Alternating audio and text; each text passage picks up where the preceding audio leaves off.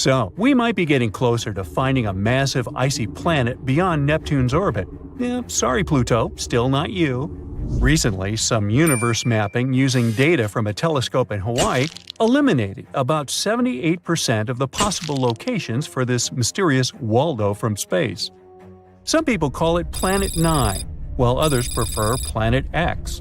Either way, it's been causing controversy since its existence was first proposed, and that is mainly because no study so far can answer the big question: does it really exist? If discovered, Planet 9 would rank as the 5th largest planet in our solar system, with a mass 10 times that of Earth. It's also theorized to be gaseous, like Uranus. The initial study on Planet 9, dating back to 2016, suggests that this colossal new planet orbits the Sun 29 times farther out than Neptune, which sits at about 2.8 billion miles. As a result, the Planet 9 would take between 10,000 and 20,000 years to complete a single orbit around the Sun. If confirmed, this yet-to-be-understood world would dominate a region larger than any other known planet in our cosmic neighborhood. These are all intriguing hypotheses, but without a single piece of evidence or observation to back them up. Before dismissing this as a wild guess, it is important to note that these researchers relied on complex mathematical modeling and computer simulations to speculate about the planet's characteristics, because that's what they do.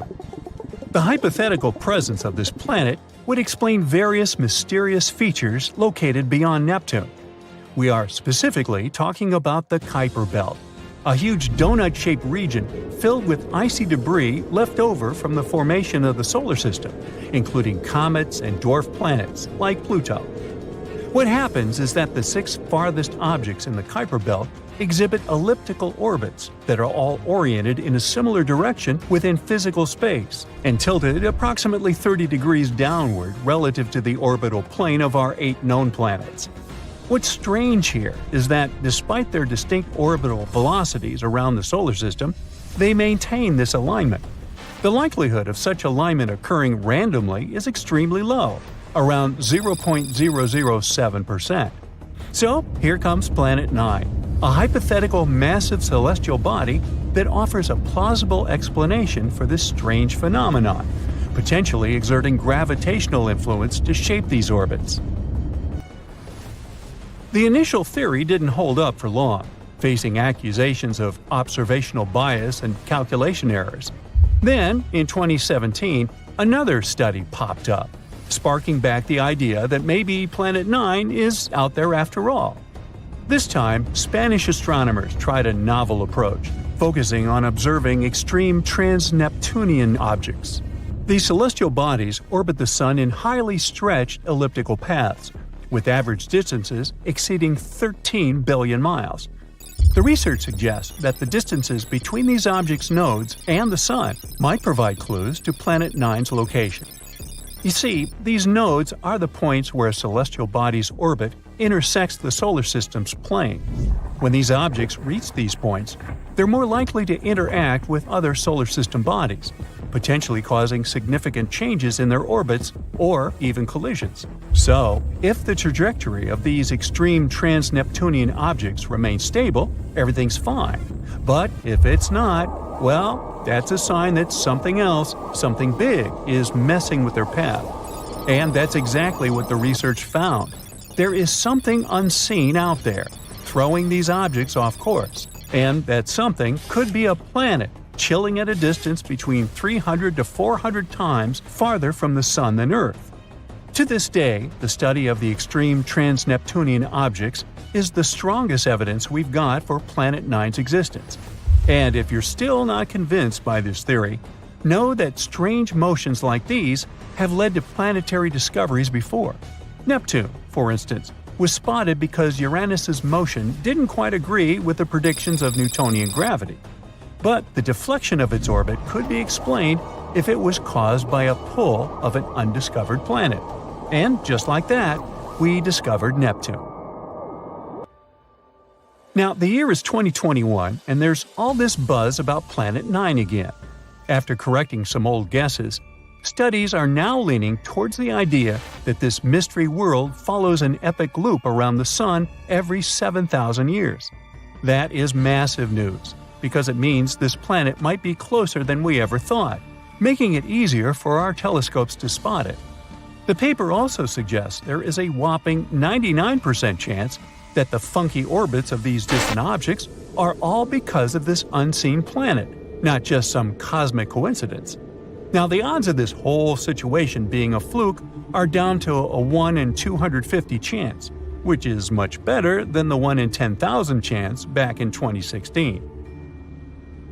All these optimistic numbers have brought us to where we are today, keeping our hopes and working on better equipment to continue the mission of spotting Planet 9.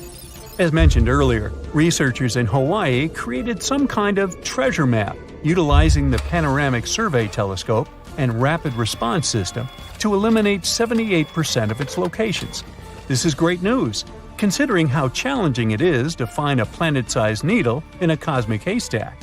But unfortunately, Planet 9's presence remains a ghost in the dark outer reaches of our solar system. Enthusiasts are still convinced of its existence and believe it is only a matter of time before we celebrate the discovery of Earth's new cosmic cousin. They're putting their hopes on the Vera C. Rubin Observatory, which is currently under construction in Chile and is scheduled to begin science operations in late 2025.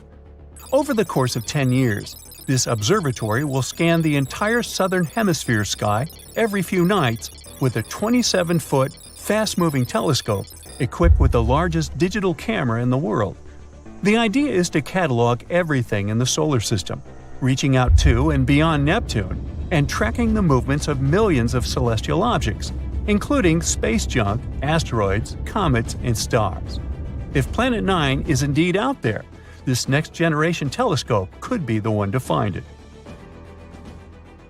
The existence of this mysterious planet is far from being universally accepted in the scientific community. That is simply because Planet 9 isn't the only explanation for the strange phenomenon occurring beyond Neptune. One theory suggests that a group of distant objects, such as dwarf planets, comets, and moons, might be collectively influencing the orbits of the extreme trans-Neptunian objects. Others believe that a black hole is behind all this. These compressed masses are some of the densest objects in the universe, potentially capable of affecting the orbits of other masses, like how this supposed ghost Planet 9 is believed to be doing. Another bold perspective suggests that our current understanding of the laws of gravity is flawed, actually incomplete. This theory, known as modified Newtonian dynamics, proposes that these distant icy objects exhibit strange behavior not due to influence from another planet, but rather because the immense gravitational field of the Milky Way is influencing them. However, even supporters of this theory acknowledge that it is too early to draw firm conclusions, and much more extensive research is still required. While we continue our relentless hunt for Planet 9, some astronomers have taken it a step further, suggesting the existence of a hypothetical Planet 10. This world has a mass and size like that of Mars or Earth and is located on the edges of the Kuiper Belt. But the thing is, if this alleged Planet 10 is indeed as small as scientists believe, it might not have enough gravity to clear its orbit of debris. And that is pretty similar to what happens with Pluto, being one of the reasons why it got into trouble back in 2006. So yeah, it's better not to get too excited. This supposed Planet 10 might end up classified as another dwarf planet. In a star system far, far away, to be more precise, 2,600 light-years away, there's an exoplanet called Kepler 1658b. It's a gas giant that resembles our Jupiter. But what differentiates it from Jupiter is that this poor planet is doomed. It's spiraling toward its parent star, which will eventually end in a fiery collision. But the most interesting thing? Astronomers would have remained totally ignorant of this fact if not for a tiny clue. It was a really minuscule change in the planet's orbit. It wouldn't have been noticed if astronomers hadn't compared more than a decade of data received by different telescopes. More precisely, scientists have been watching the exo-Jupiter passed between our planet and its parent star once every 2 weeks for the last 13 years. And they've noticed that the orbit of the planet is getting smaller and smaller. Every year, Kepler 1658b needs 131 milliseconds less to complete a lap around its star. If this tendency continues, the planet is bound to collide with its star in 2.5 million years. Even before this discovery, computer models predicted that some planets could meet their end by crashing into their stars. But this is the first time when astronomers have some real proof of such an outcome by measuring almost imperceptible changes in a planet's orbit. They now know for sure what happens when a planet is going to crash into its star, even though we probably won't be around to witness it. But let me tell you a bit more about the doomed planet. It was discovered by NASA's now retired Kepler Space Telescope. It was launched in 2009, and its mission was to find planets orbiting other stars, aka exoplanets. And the very first exoplanet the telescope spotted was the very gas giant we've been talking about. But it took astronomers about a decade to confirm that this space object was indeed an exoplanet. This world is like a denser version of Jupiter. I mean, take 6 Jupiters worth of material, roll it into a ball about 1.1 times as wide, and voila! The planet is tidally locked to its parent star, which means that it makes one complete turn every time it finishes a lap around the star. As a result, the same side of the gas giant is always facing the star. It's the same as what happens to the Moon. Our natural satellite is tidally locked to Earth. That's why we only see half its surface. Now, what is making the exo-Jupiter fall into its star? The same process that is pushing the Moon away from Earth. When a moon orbits a planet, or a planet orbits a star, their gravity forces interact and tug on the other's mass. That's what causes tides on Earth. This tugging releases some energy. It can make an object speed up and slow down. In the first case, a space body will move higher. In the second, it will start moving lower. And this is exactly what's happening to the gas giant. Its parent star is 1.5 times the mass of the Sun. So, no wonder its tidal forces are gradually slowing down the planet's movement, making it fall inward. This all sounds kind of tragic, but this potential collision is by far not the weirdest thing happening in space. Let's look at some others. For example, Betelgeuse, a red giant in the Orion constellation, started to dim in 2019. This confused astronomers. By that time, the star had already swollen to enormous proportions. If it was to replace our Sun, its outer surface would spread far beyond Jupiter's orbit. And then Betelgeuse became dimmer in the fall of 2019. This process continued through February 2020. The changes could be seen with the unaided eye. No wonder, the star's brightness had dipped by 2/3. At that time, astronomers were sure Betelgeuse was about to explode into a supernova. They continued to observe the star, but unexpectedly, it returned to its regular brightness. Thanks to the Hubble Space Telescope, scientists figured out that the star had ejected some of its material, and this partially blocked its light. How about cotton candy exoplanets? Those are particular planets outside of our solar system. Also called superpuffs, they have the lowest density ever discovered. This gives them an airy, fluffy appearance. But despite looking like the most popular amusement park treat, such planets are enormous. Come to think of it, scientists often discover strange things in space. Some of them look like blurry blobs. But there's one type of these blobs that doesn't look like any other known space body. The odd radio circles are only visible in radio telescopes. They might be the remains of supernovae, but some astronomers go as far as to claim that they might be the throats of wormholes. Those are hypothetical tunnels between two very distant points in space. The Juno mission noticed something weird in the upper atmosphere of Jupiter. The unusual phenomenon was blue sprites and elves twirling above the planet's surface. These are two kinds of bright flashes of light that appear for short periods of time, mere milliseconds. They extend up and down toward the surface of the planet. On Earth, such flashes usually happen at the height of 60 miles above massive thunderstorms. Rogue planets don't orbit their stars. Maybe because they don't have any. These free-floating space bodies travel across the universe and can end up literally anywhere. They're also pretty hard to find. Rogue planets produce only weak emissions, but not so long ago, astronomers spotted the smallest rogue planet in the Milky Way. It's smaller than Earth, but a bit bigger than Mars. Fast radio bursts are blindingly bright bursts of radio waves.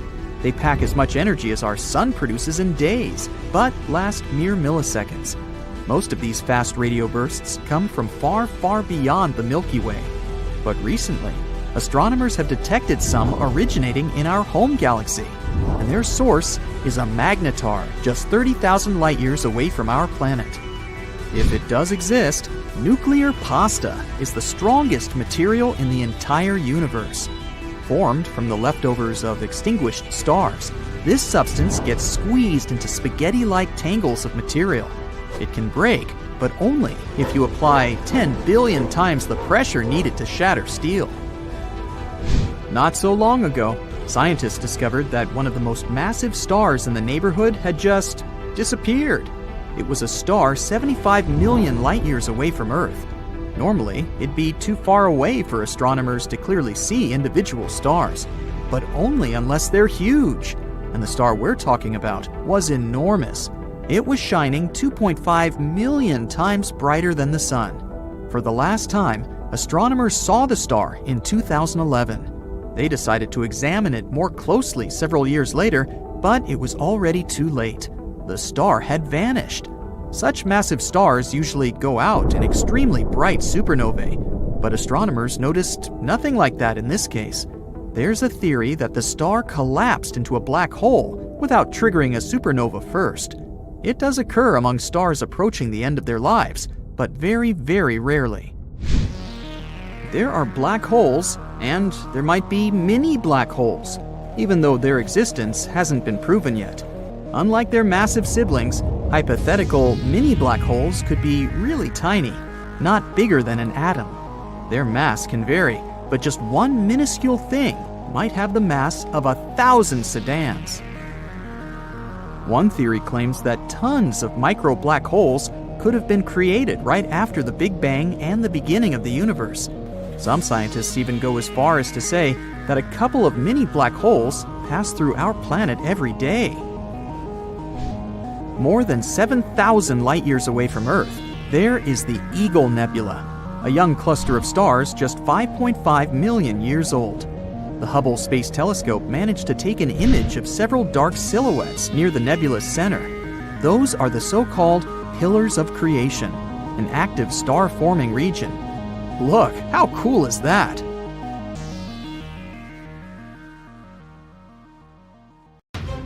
All right, dear viewer, let's lay it out on the table.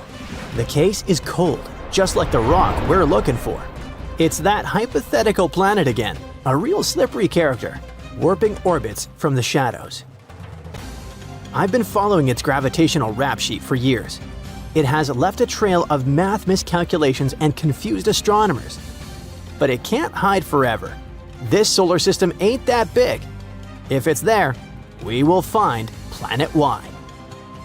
Yep, another day, another quest to solve the solar system's riddles. New research points to another hidden world. I have to say, we shouldn't dismiss these theories until they're disproven. Scientists these days are overloaded with a vast amount of data. Thankfully, they have supercomputers going through mountains of equations bound to give a headache to someone like me. But it's how these theories come to exist. At one point, even Neptune seemed like a far-fetched theory. When Uranus was discovered in 1781 by William Herschel, for decades, it looked like the solar system's final stop. But Uranus didn't quite follow the rules. Something was off. Either the laws were wrong or there was an invisible hand out there. Two math nerds, Adams in England and Leverrier in France, picked up the abacus, and there it was. Neptune appeared exactly where predicted. That's a cool point for math. That triumph inspired the next hunt. In the early 1900s, Percival Lowell became hooked on the Planet X theory. He was sure Uranus and Neptune were still wobbling funny, so he pictured a giant mystery world yanking their strings. His team hunted for years. And in 1930, Clyde Tombaugh found Pluto. Pluto is Planet X? Nope, not so fast. Pluto was too small, it didn't fit. The hype faded, and decades later, Voyager 2 showed that weird orbits made sense all along. Planet X, at least Lowell's version, had never existed. Then came Planet 9. In 2016, researchers noticed that distant Kuiper Belt objects weren't scattered randomly. Their orbits clustered strangely, as if something was tugging them into line. They proposed a super-Earth, 5 to 10 times Earth's mass, orbiting hundreds of AU away. Simulations made it look convincing, but no one has seen it yet. A later discovery, a dwarf planet called 2017 OF201, made things even weirder. Some say it weakens the case for Planet 9. Others say it's more evidence. For now, Planet 9 is still a maybe. However, latest research points to another possible candidate, for now called Planet Y. Unlike the others, it's thought to be smaller, closer in size to Earth or Mercury, and hiding just past the Kuiper Belt. Here's the big clue. Way past Neptune, some icy objects are all tilted, like a bunch of marbles moving to the same side while on a flat surface. That shouldn't happen. Gravity should have straightened them out ages ago. The simplest explanation? A hidden planet, quietly warping the outer solar system like a mischievous babysitter. Astronomers check those Kuiper Belt orbits against the solar system's invariable plane, basically the balance point of all the planets combined. If things were normal, the orbits should line up, but they don't. They're all slanted the same way, like a bunch of pencils dropped on the floor, and somehow every single one points toward the same corner. According to researchers, the odds of that happening by chance are only 2 to 4%. That's similar to flipping a coin 5 times in a row and it landing on the same side each time. Astrophysicists ran their fancy calculations and came up with the simplest explanation. You guessed it, another object with strong gravity. The math shows that a world somewhere between the size of Mercury and Earth, orbiting 100 to 200 AU from the Sun, could maintain that tilt. Not too big, not too small, not too far, just the right size and distance to warp the Kuiper Belt without throwing everything else into chaos. And here's where it gets fun. In theory, Planet Y could coexist with Planet 9. Planet 9 is supposed to pull icy orbits into clusters, kind of like a sheepdog rounding up sheep. Planet Y doesn't cluster anything. It tilts the whole playing field instead, which means if both turn out to be real, we might have 2 hidden planets shaping the edges of our solar system in different ways. So why haven't we seen this mysterious neighbor yet? Simple, it's faint. At 100 to 200 AU, sunlight is thousands of times weaker than here on Earth. A planet that far away could only reflect a tiny trickle of light. To our telescopes, it would look like a barely visible speck drifting across a crowded star field. Kind of like trying to spot a sleeping gray cat in a dark cellar with only faint moonlight coming through the window. It doesn't help that Planet Y would move at a snail's pace across the sky. Snap a photo one year and another a few months later, and it might not even look like it moved. Older sky surveys weren't designed to catch something that faint and slow. They're great for spotting fast-moving asteroids near Earth, but hopeless for a dim tortoise crawling at the edge of the solar system. But the hunt isn't over. Astronomers are putting their hopes on the Vera Rubin Observatory. This massive new telescope will take pictures of the night sky in unprecedented detail. If Planet Y is out there, Rubin could be the one to find it. And if it isn't, well, Rubin will give us the best proof yet that it doesn't exist. Who knows, maybe it spots something entirely different. But what if Planet Y is real? Where did it come from?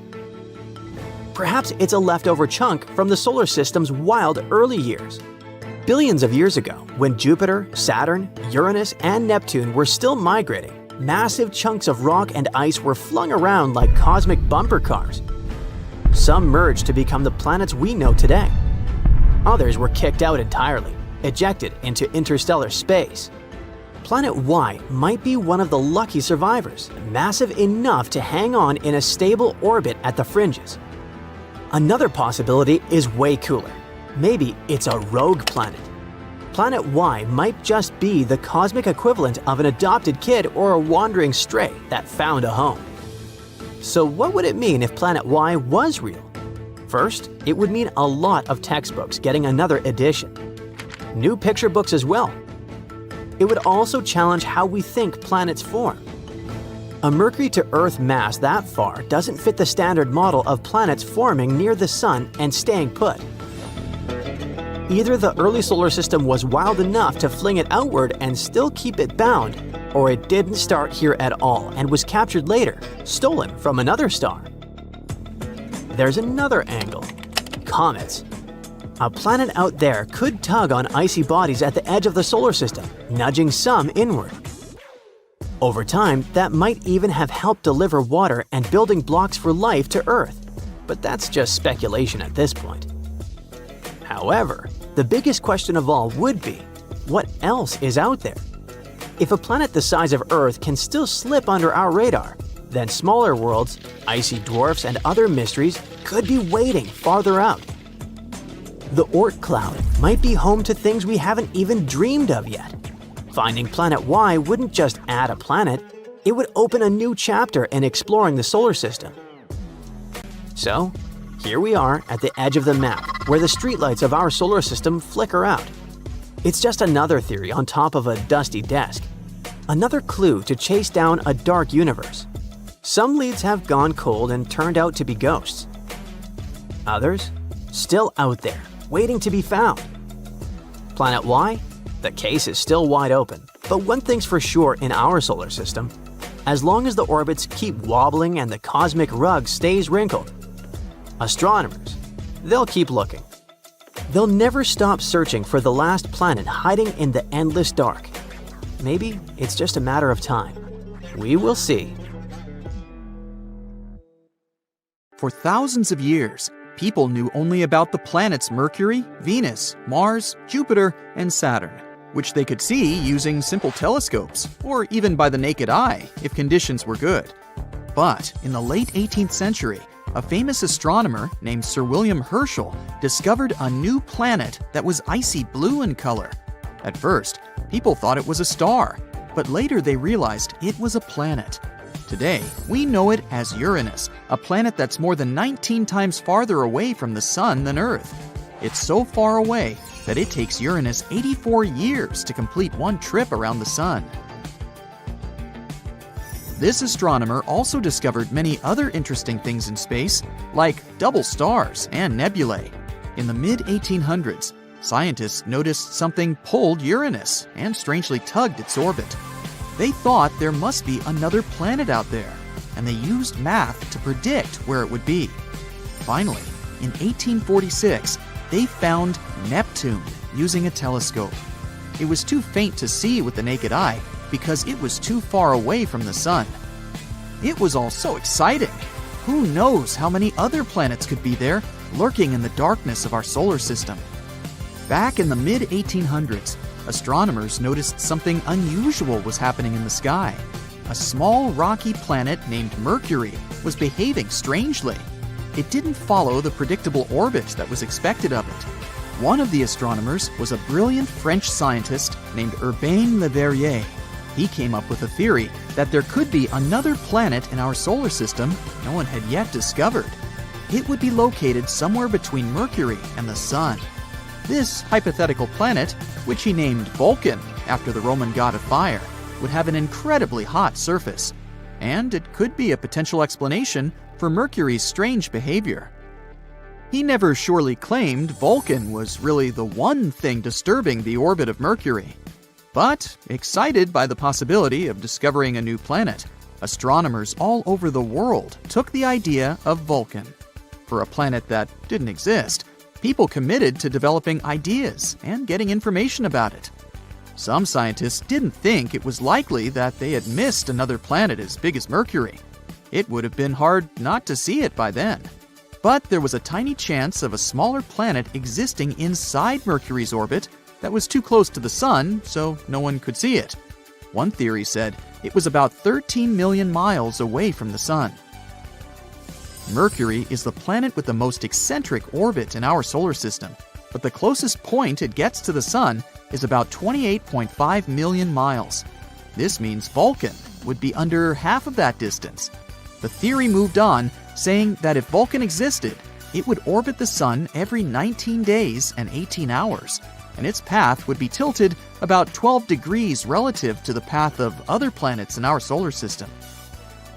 Vulcan's position at its furthest point from the Sun would still be too close to the Sun to be seen with the naked eye, even during twilight. The only chance of seeing Vulcan would be during a solar eclipse, or when it passed in front of the Sun, which, as the theory said, would be 2 to 4 times a year. They had a theory that this mysterious planet was so close to the Sun that it could only be seen during a total solar eclipse when the Moon blocked out the Sun's blinding glare. So, every time there was an eclipse, scientists would peer at the Sun, hoping to catch a glimpse of Vulcan. They were trying really hard, but no matter what, they couldn't find this mysterious planet. Some astronomers claim to have spotted it during eclipses, but no one could ever confirm or find evidence for that. The theory of Vulcan was left waiting for some better times. Einstein had a different idea. You know about his theory of general relativity, right? That's where he claimed gravity wasn't some sort of natural force, but a result of space-time curved because of the presence of giant space objects, like planets and stars. Planets circle around the Sun in their usual orbit because space-time is curved. That means the planets are kind of falling towards the central star of our solar system. And Einstein tried to explain Mercury's unusual orbit using his own theory of relativity.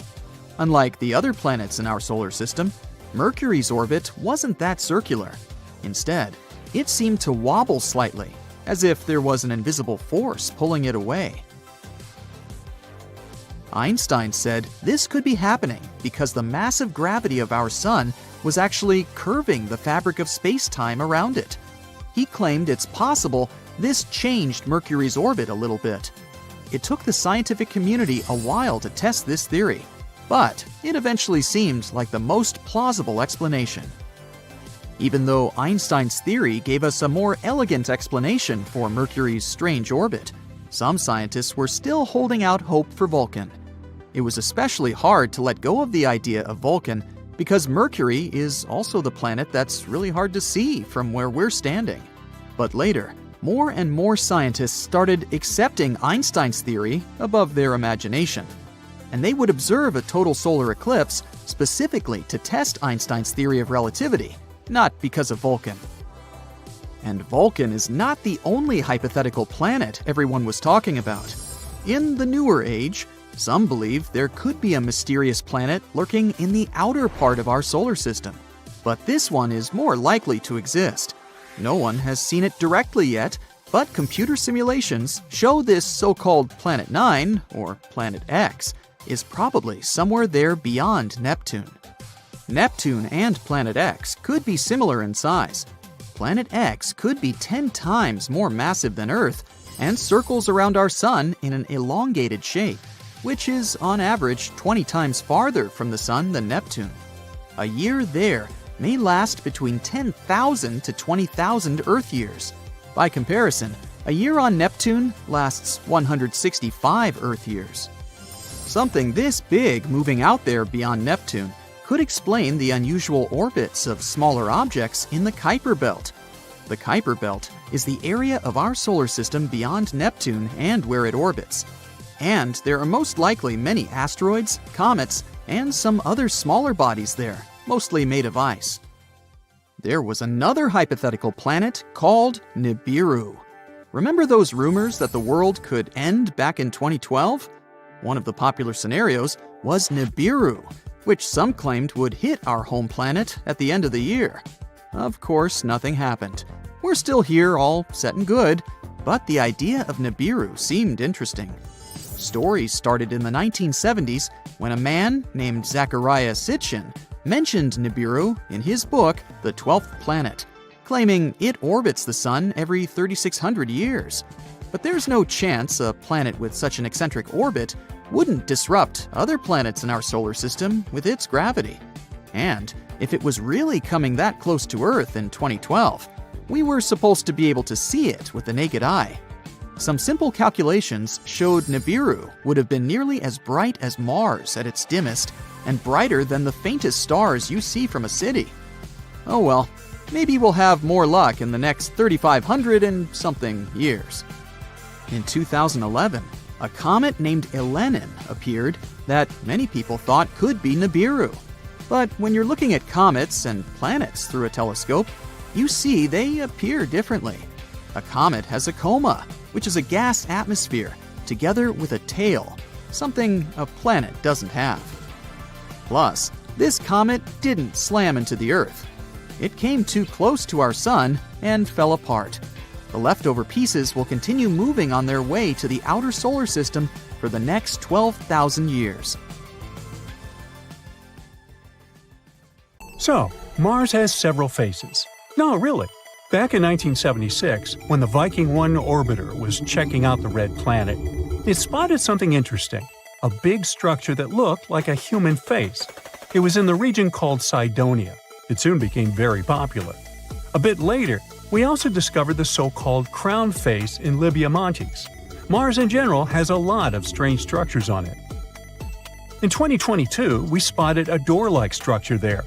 NASA's Curiosity rover snapped some pictures of a rocky mound called East Cliffs on Mount Sharp. This mound has natural cracks in it, and one of them is about the size of a dog door, like something from an ancient Egyptian tomb. A lot of people hyped that story up. The image was shared widely on social media, making the crack look bigger than it really is. Some people think that it's hinting at extraterrestrial life. But after looking closely, NASA found out that it was just a narrow crack in the rocky terrain. These cracks and gaps are pretty normal in rocky areas, both on Earth and Mars. The crack formed naturally over time, maybe from wind erosion or Mars quakes. Mars is a gold mine of mysterious structures. Recently, we found some strange spiral shapes there. These are giant coils made of lava, and they look like big springs or loops. For years, we weren't sure whether Martian valleys were formed by lava or ice. These lava coils are shedding light on that mystery.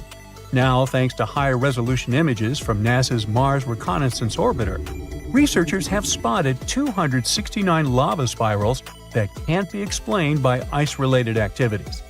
What's fascinating is these lava coils are like the ones we see on Earth, like those formed by Hawaiian lava flows.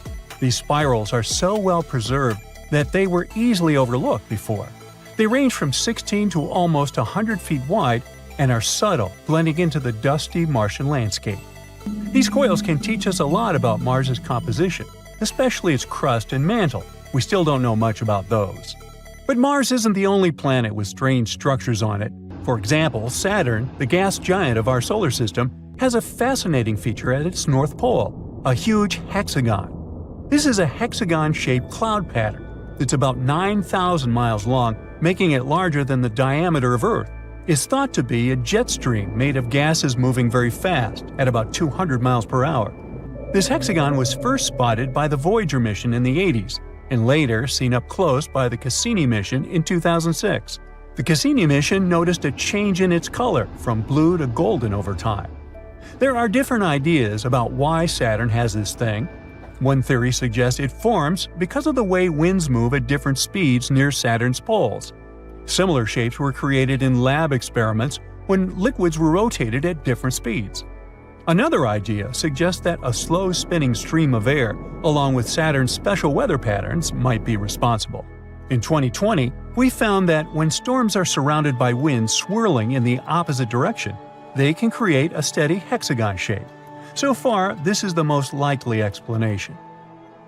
Saturn also got lucky with the bizarre moons. One of them is called Lapidus. This moon has a weird feature, a huge ridge that wraps around its middle like a giant belt. This basically makes it look like a giant walnut. Where's my nutcracker? This ridge is incredibly tall by our standards, around 8 up to 12 miles high and stretching 124 miles wide. It covers more than 3/4 of the Moon's surface and is considered the third largest mountain range in the entire solar system. Now, we don't have a clue about how this enormous ridge formed. It's unlike anything seen on other planets or moons. There's one idea, though. The ridge might be the remnants of a dead moon. Let's say billions of years ago, a colossal impact shattered chunks of material off Lapidus. These pieces circled around the moon, forming a mini-moon or sub-satellite. And over time, the gravitational pull of Lapidus tore this mini-moon apart, creating a ring of debris around it. As the debris from this ring fell back onto Lapidus, it built up the massive ridge we see today. They think this process happened quickly, maybe over centuries. Saturn's gravity didn't interfere because, luckily, Lapidus was quite far away from it. If Lapidus was closer to Saturn, its moon might have been pulled away. But we do need more simulations to see if this theory is true. Titan, another one of Saturn's moons, also has some weird stuff going on in its methane seas. Scientists have spotted these strange bright spots called magic islands that seem to pop up and disappear over time. We have no idea what they are. Titan's atmosphere is packed with complex organic molecules that clump together and fall to its surface like snow. These magic islands might be snow clumps that soak up methane and sink very slowly. But there's a problem. In water, molecules stick together, which is why stuff can float on top of it. But methane is different. It likes to grab onto other molecules, so it makes any solid thing sink immediately. Yet, these magic islands don't sink. There's a theory that these islands might be like sponges made of ice with lots of holes. When pieces of this holy ice come loose from the edge of the lake, they can float on Titan's seas for a bit before going down under. There are also other ideas, like bubbles of nitrogen gas or waves caused by wind. We need more research to know for sure. Moons like to be weird. Just look at our own one. In 1971, we found a patch with missing soil on our moon, and it looks like a blue lake. They call this mysterious spot Ina. We first spotted it during the Apollo 15 mission in 1971. Later, the Apollo 17 mission took clearer pictures of it. This spot, shaped like a bluish D letter, is one of the weirdest things on the moon. The color comes from special rocks rich in titanium called basalts. These rocks cover Ina's floor and make it look blue. There are also bluish areas near the edges of the mounds inside Ina. Ina is unique and probably has a long history. It might have had volcanic activity, with mounds that are about 3.5 billion years old.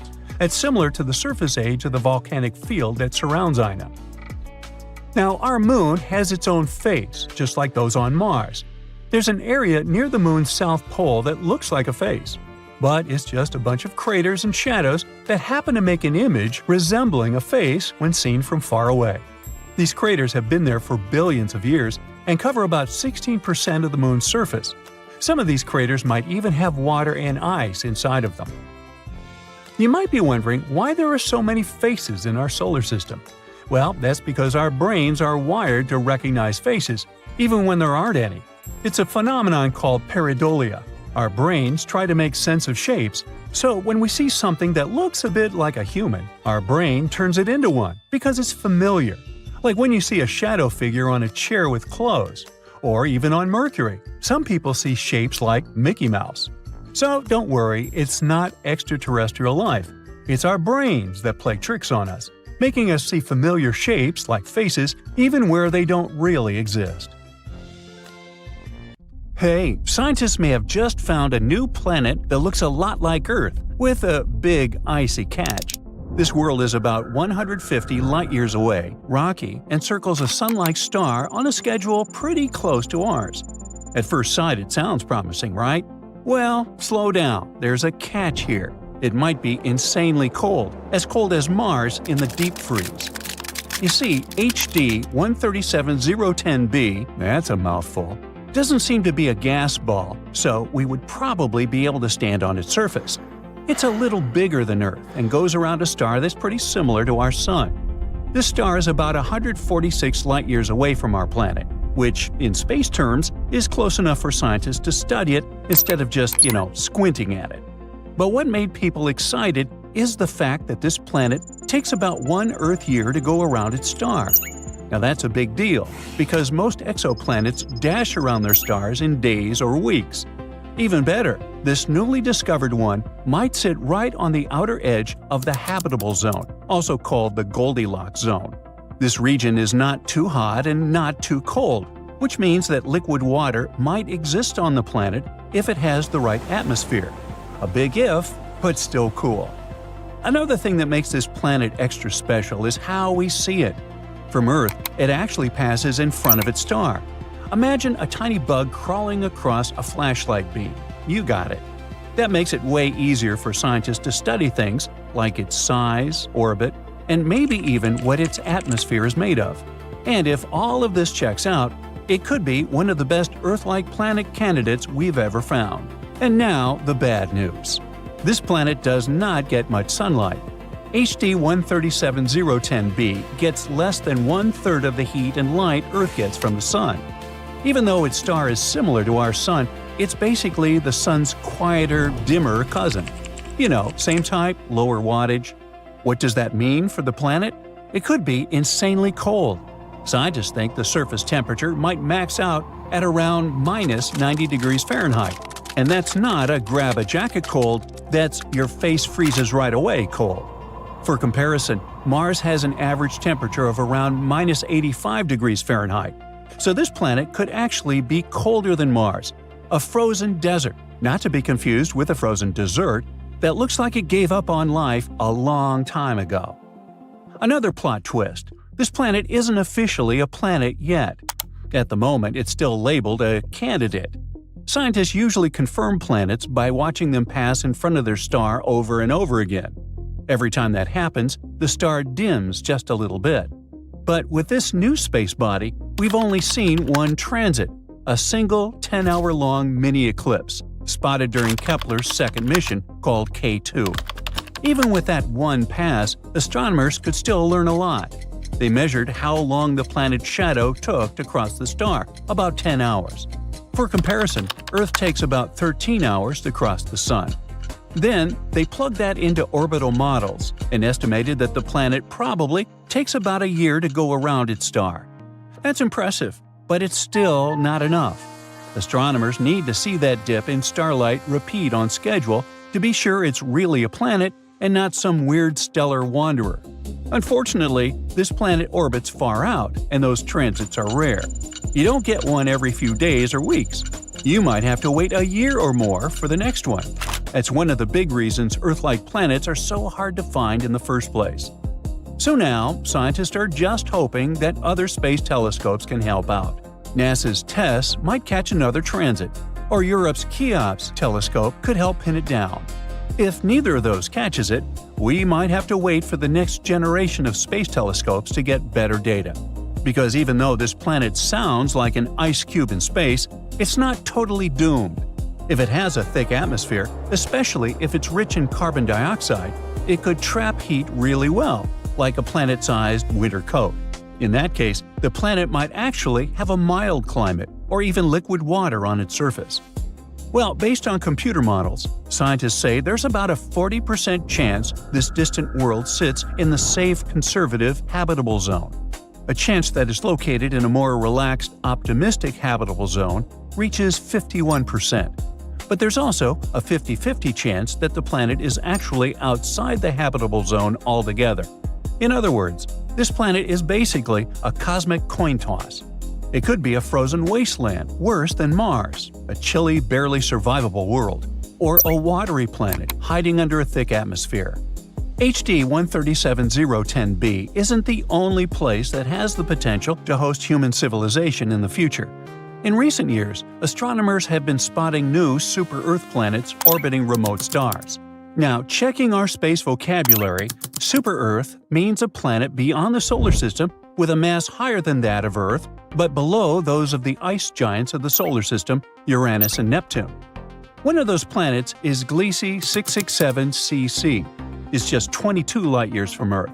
But even though it seems pretty close, it's still around 129 trillion miles away from us. That's around 1.4 million times the average distance from the Earth to the Sun. So very, very far.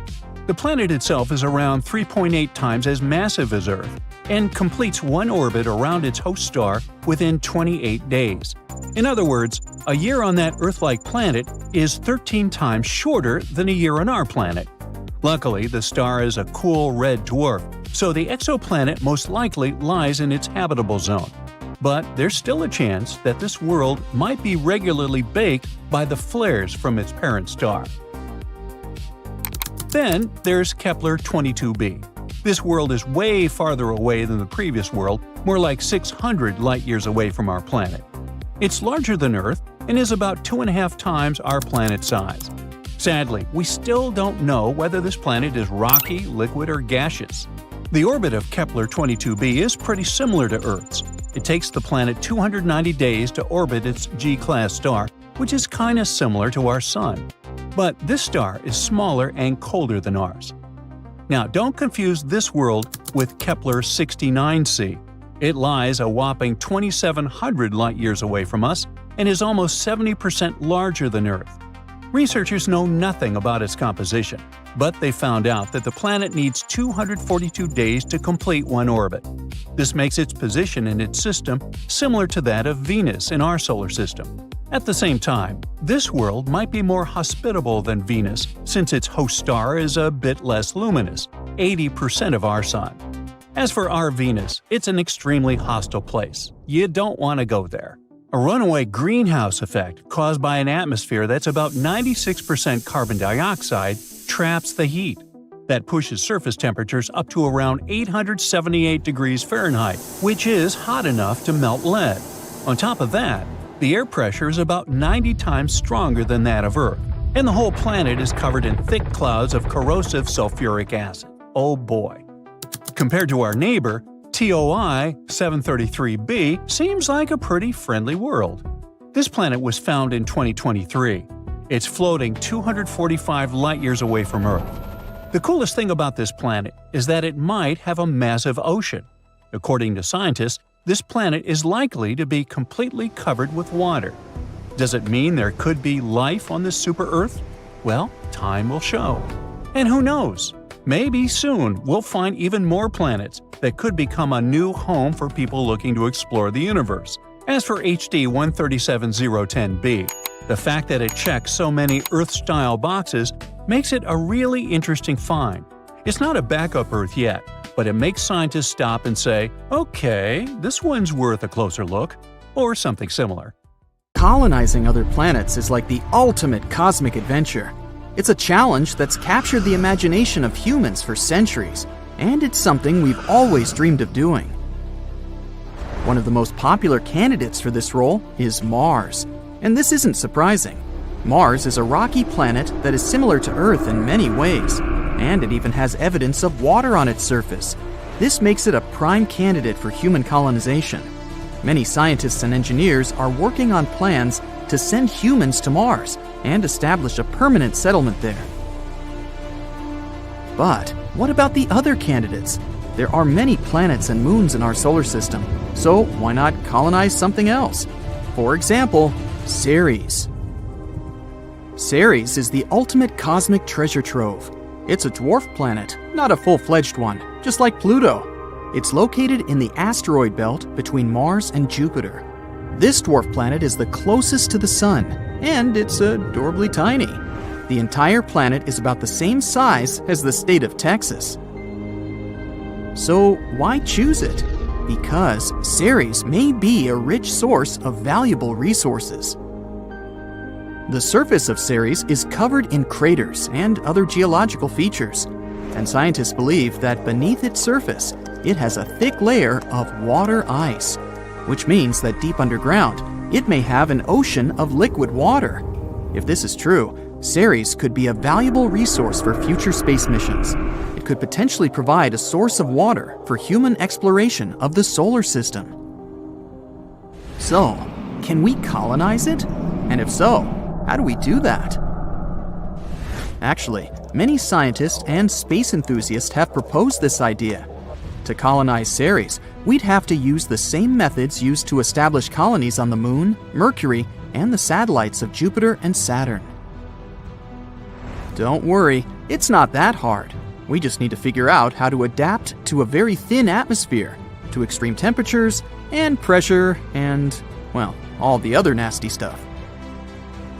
But let's stay hopeful. At the end of the day, it all comes down to resources. We'll need water, minerals, silica, and other raw materials. All this would help us to create a self-sufficient colony. And luckily, Ceres is full of these things. So, first of all, we could locate the places of residence inside the craters of Ceres. We could build domes there that would protect us from all sorts of dangerous things, like radiation. We could also mine regolith in the asteroid belt. Regolith is a residual soil that appears as a result of cosmic weathering of the rock. Basically, it's something like the surface layer of soil on the moon. Why do we need it? Well, because we could use it to 3D print the base layers next to the ice, so that our bases would be located near the water. We could then use these base layers to print other structures, like houses. We could also collect ice and organic molecules to create water. And by combining water with regolith, we would get soil in which we could grow plants and food. Wonderful! There's also another option. A colony could be created underground. That is, right next to the icy crust of the planet.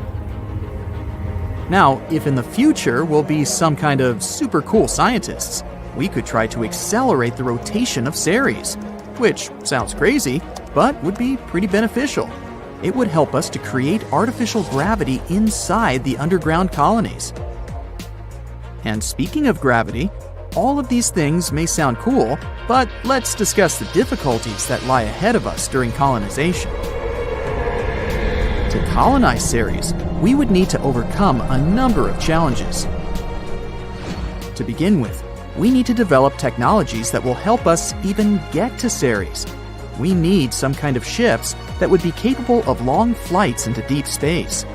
For them, first we need to create some kind of nuclear thermal or nuclear electric traction, and maybe an even more advanced type of fuel. Then we'll also need technology to help us sustain life in this small rocky world. That is, tools to extract and use local resources. Also, since there's no atmosphere on Ceres, we would have to wear spacesuits and live in pressurized habitats. And this is only the beginning. Living on the planet itself won't be an easy task either. For example, what about extreme temperatures, or radiation, or the mentioned incredibly weak gravity?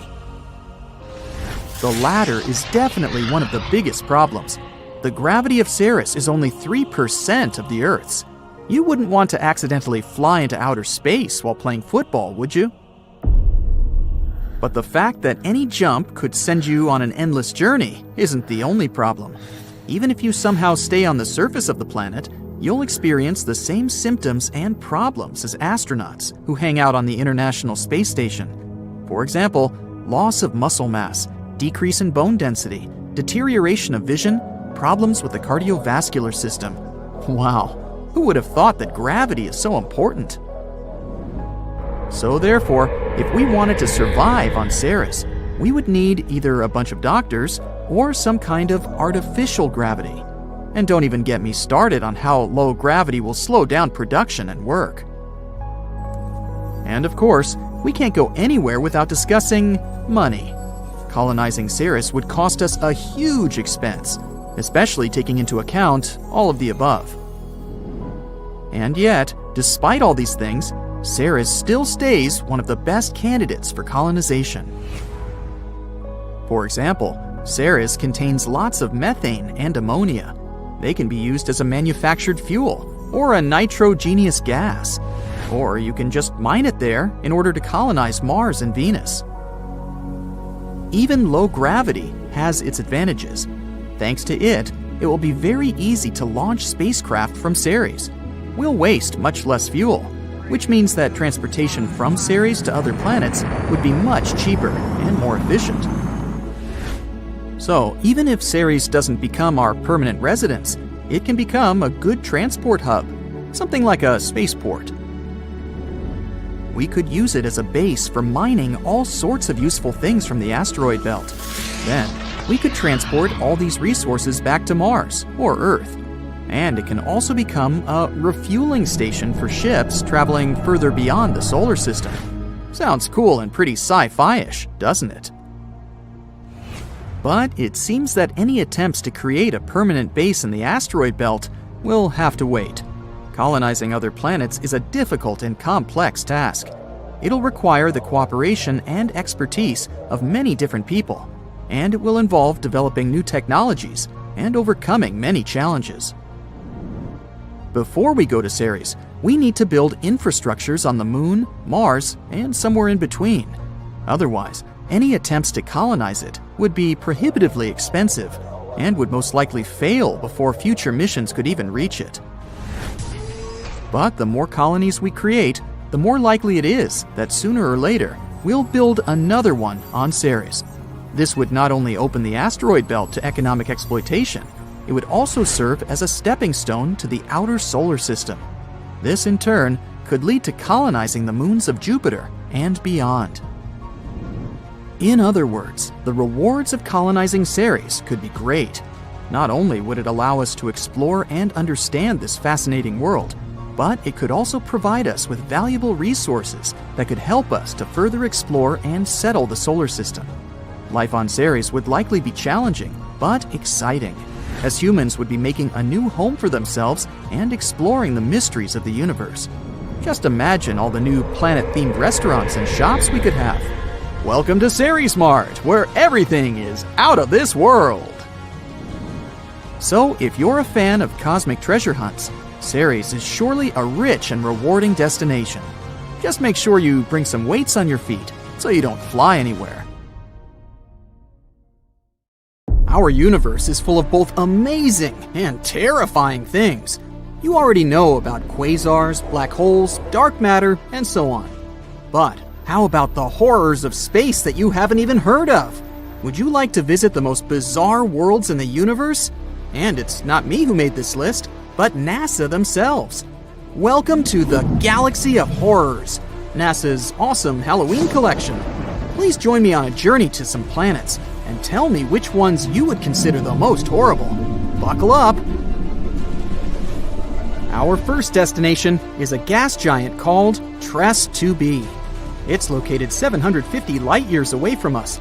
If we used a regular spaceship, it would take us about 10 million years to get there. TRES 2b orbits a yellow dwarf, a star similar to our Sun. It also weighs about 1.5 times more than Jupiter. So, what's so special about it? Well, if you're afraid of the dark, you definitely don't want to visit this place.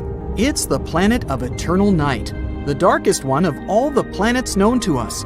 But it's not that far from its star, so why is that? The thing is, the surface of TRES 2b reflects light even worse than coal does. Because of this, it seems that there's no light at all. If you were flying across the surface of this planet, it would be like walking with a blindfold on your eyes. Oh wait, actually there is some light. An eerie deep red glow surrounds the surface of the planet. This glow is created by the burning atmosphere, which makes TRES 2b a scorching planet. The air there is even hotter than lava. Oh, but if you think that was bad, let me show you the next place of our horror journey. NASA wasn't beating about the bush while nicknaming this one. Now, we're not just talking about one planet, but 3 at once. They're also located quite far away, 2,300 light-years from the Sun. We would have reached them by ship in about 35 million years. All the planets are in the constellation Virgo, and each is extremely light, much lighter than the Earth.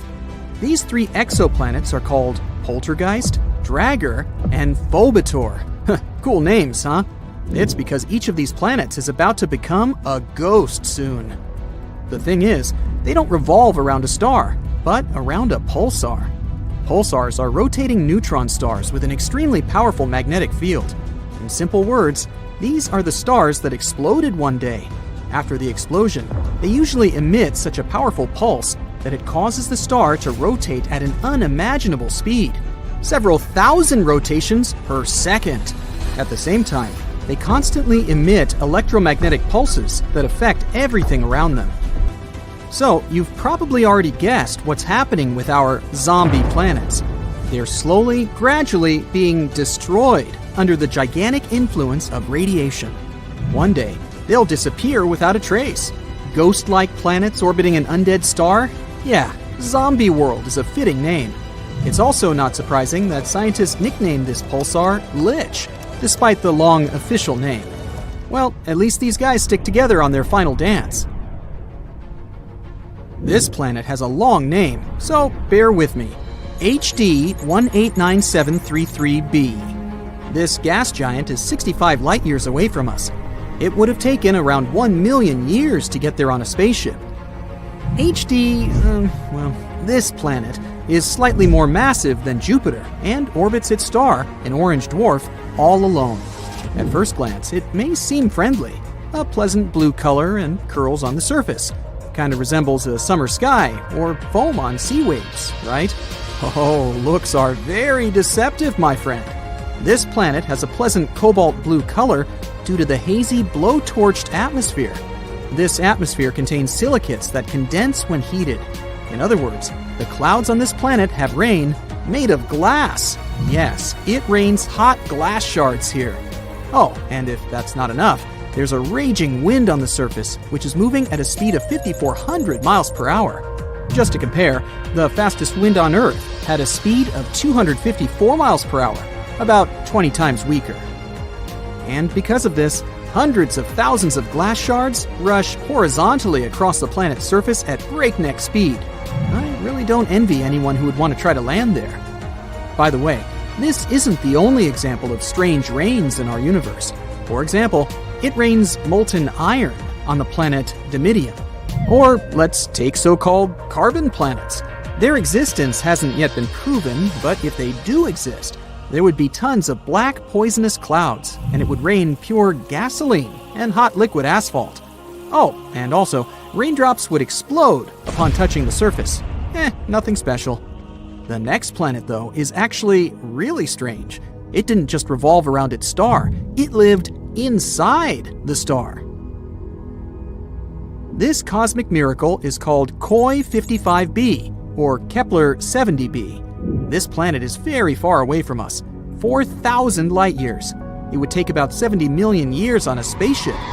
It's twice as light as Earth and fully rotates around its star in just a couple of hours. A long time ago, it was an ordinary Earth-like planet about the size of Jupiter. It was peacefully and calmly orbiting its red dwarf star, Koi 55. But everything changed about 700 million years ago. Perhaps you've heard that in a couple billion years, our sun will begin to expand into a huge star, absorbing everything in its path. Well, this is the fate of red dwarfs. Sooner or later, they increase, turning into incredibly hot blue giants. The same thing happened with Koi 55. This star began to increase in size and heat up in temperature, gradually turning into a blue-white giant. It was ready to devour its nearest planets, but Koi 55b didn't care about it. When the star reached it, this planet just settled inside. And moreover, after some time, it left its star, simply returning to the new orbit. How was that even possible? Life inside its star turned Koi 55b into a red-hot round stone. It's one of the hottest planets we've discovered so far. The temperature on it reaches 12,000 degrees Fahrenheit. It's hotter than the sun, which is, let me remind you, an actual star. And for some reason, it's still alive and lives as if nothing happened. Unfortunately, sooner or later, the planet will disappear anyway. It's slowly evaporating itself due to the incandescent atmosphere. But still, it somehow managed to survive the journey through the star, which isn't typical for regular planets, to put it mildly. I envy this willpower. However, not all planets are so lucky. Some are gradually being destroyed by their stars, and there is even an entire system among them. This last planet is a sad loner. It's located 870 light-years away from us. The journey by ship to it would take about 25 million years. This planet is about 1.5 times more massive than Jupiter. This is a very sad, dark planet, a doomed gas giant, which is very similar to hot Jupiter, orbits its star all alone. At the same time, it's located so close to its star that its orbital period takes just 1 day. Of course, because of this proximity, the star gradually absorbs WASP-12b. The scorching heat of the star is slowly destroying and devouring the planet's atmosphere. The planet has only around 10 million years left. But what's more interesting, because of this stretching, WASP-12b acquired the shape of an egg. It doesn't even resemble an actual planet anymore. It's also very hot. The surface temperature of the gas giant reaches 4,000 degrees Fahrenheit. Also, a spectrograph of cosmic origin, or COS for short, found that the planet exchanges matter with its star. They're located so close that they give each other part of their chemical elements. This is a common phenomenon in closely spaced binary star systems. But this is the first time scientists have seen this in a star-planet relationship. What a unique system. To be honest, if I was guaranteed complete security, I'd be excited to visit at least some of them. What about you? Please let me know in the comments.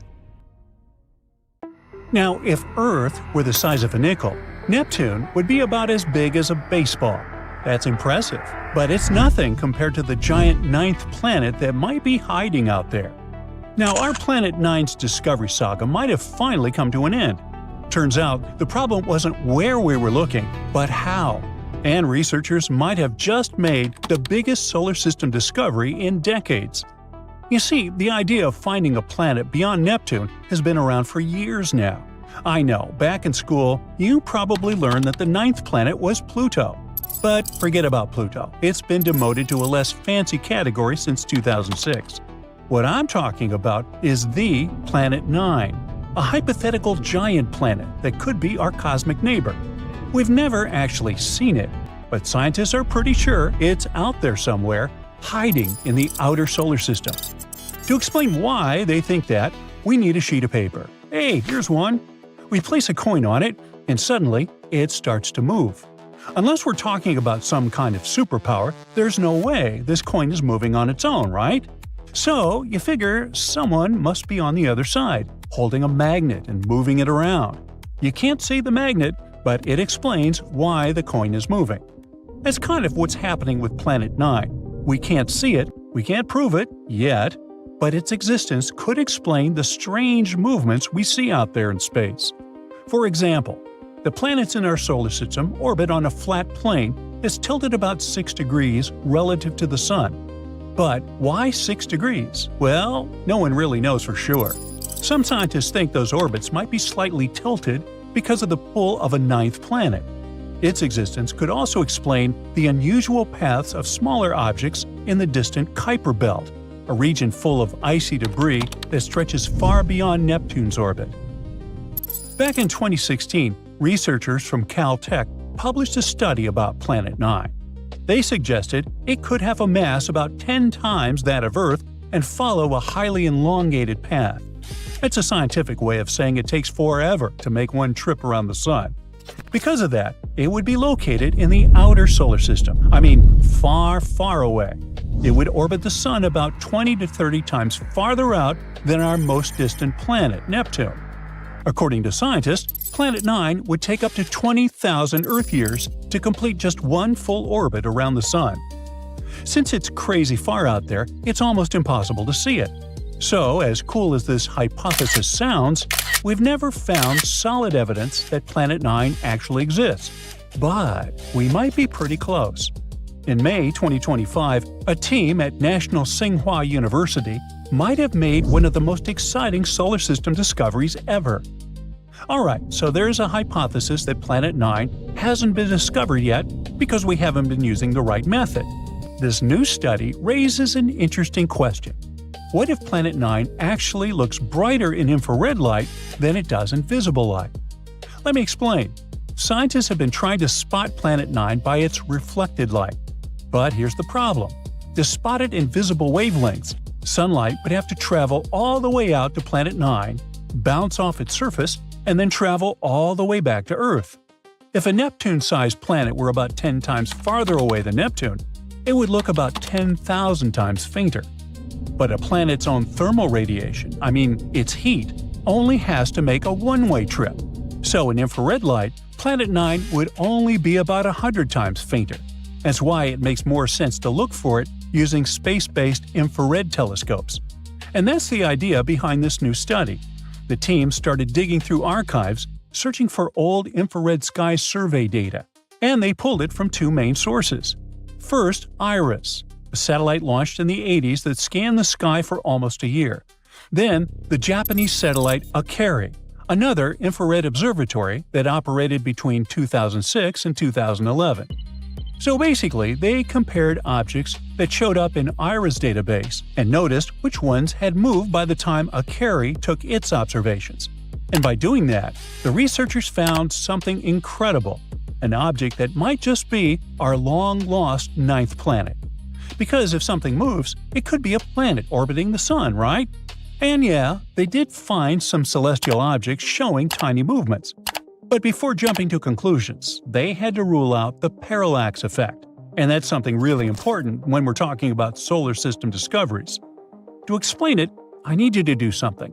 Hold one finger in front of your face. Close one eye, and now switch. Your finger seems to move a tiny bit, right? That's because you're looking at it from a slightly different angle, from one eyeball to the other. The same thing happens when we look out into space from Earth. Since our planet orbits the Sun, our view of very distant objects shifts just a little. That effect is called parallax. My point is, because of this effect, Planet 9 would appear to move across the sky as Earth goes around the Sun.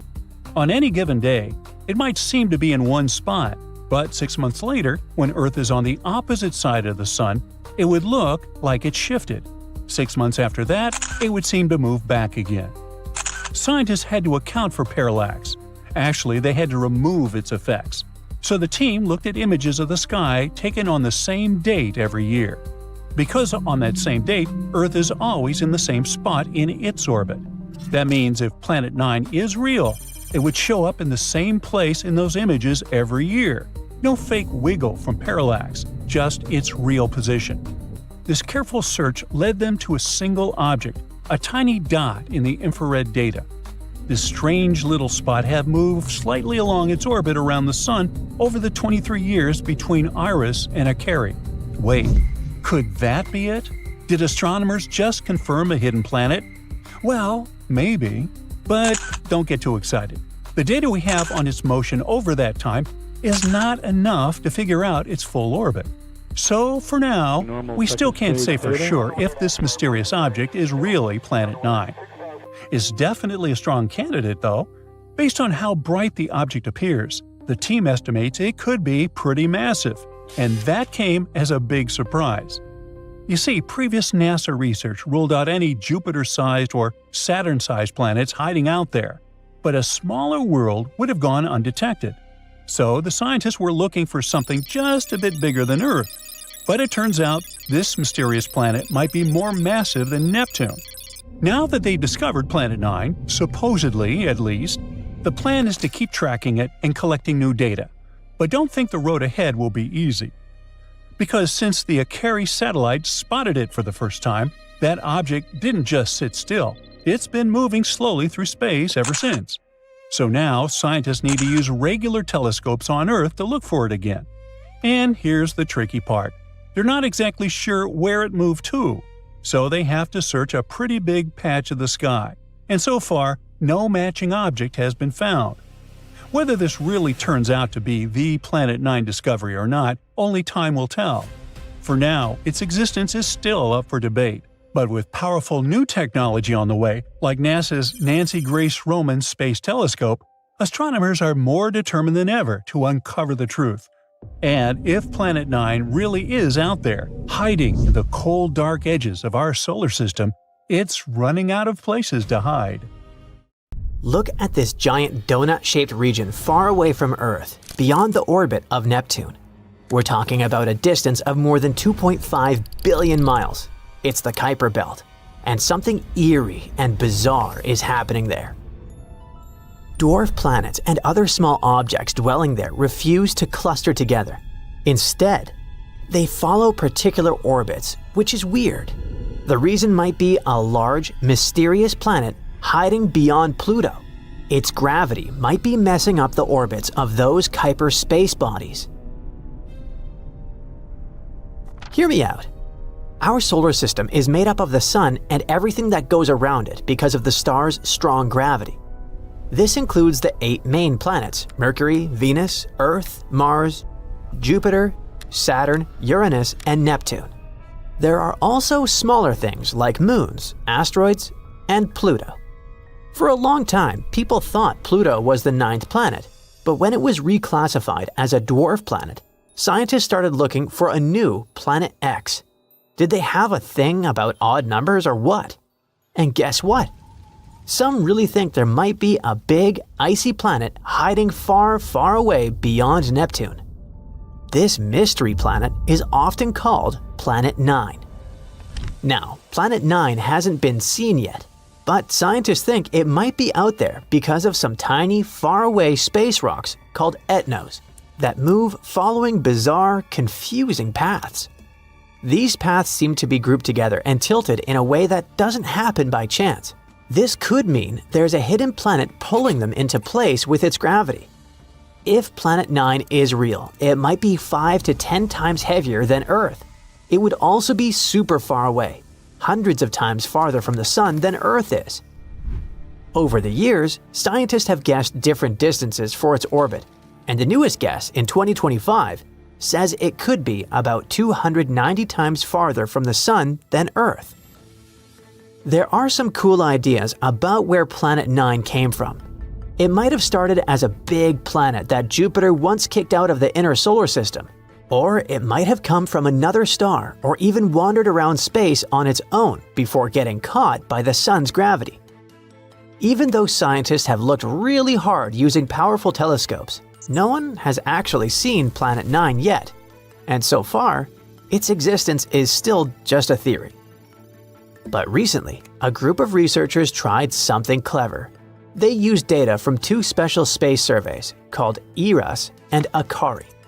These 2 looked at the sky in invisible light, far infrared, about 23 years apart, which is helpful because Planet 9 is supposed to move very slowly.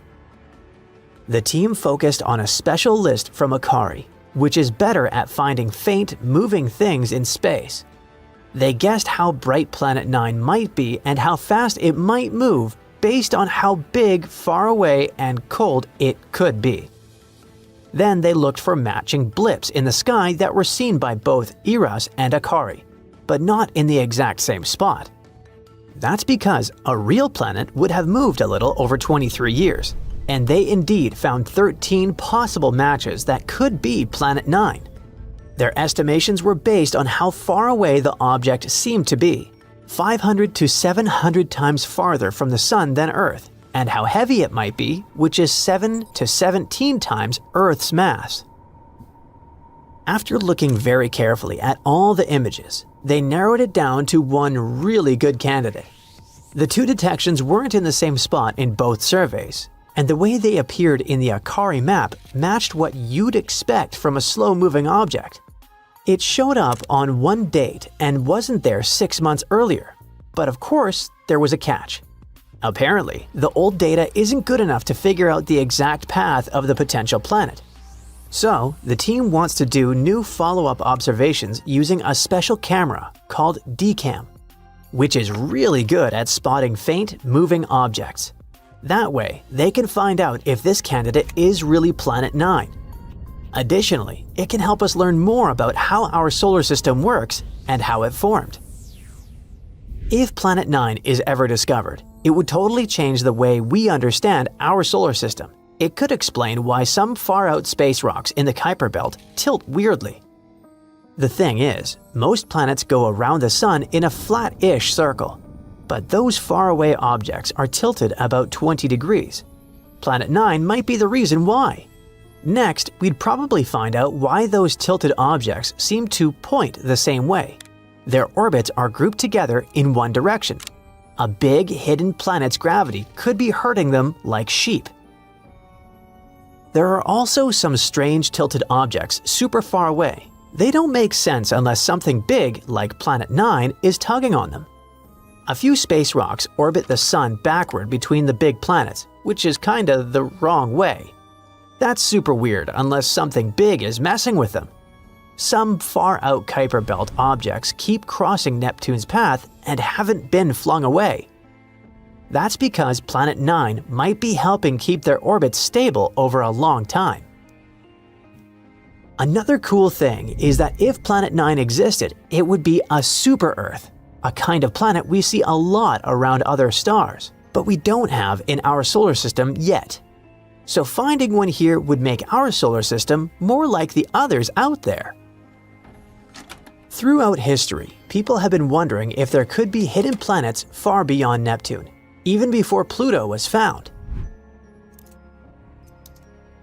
Back in 1880, a guy named George Forbes guessed there might be 2 unknown planets way out there, one about 100 times farther from the Sun than Earth, and the other about 300 times farther. He thought these mystery planets might be pulling on some comets and changing their orbits, kind of like how Jupiter does with the comets near it.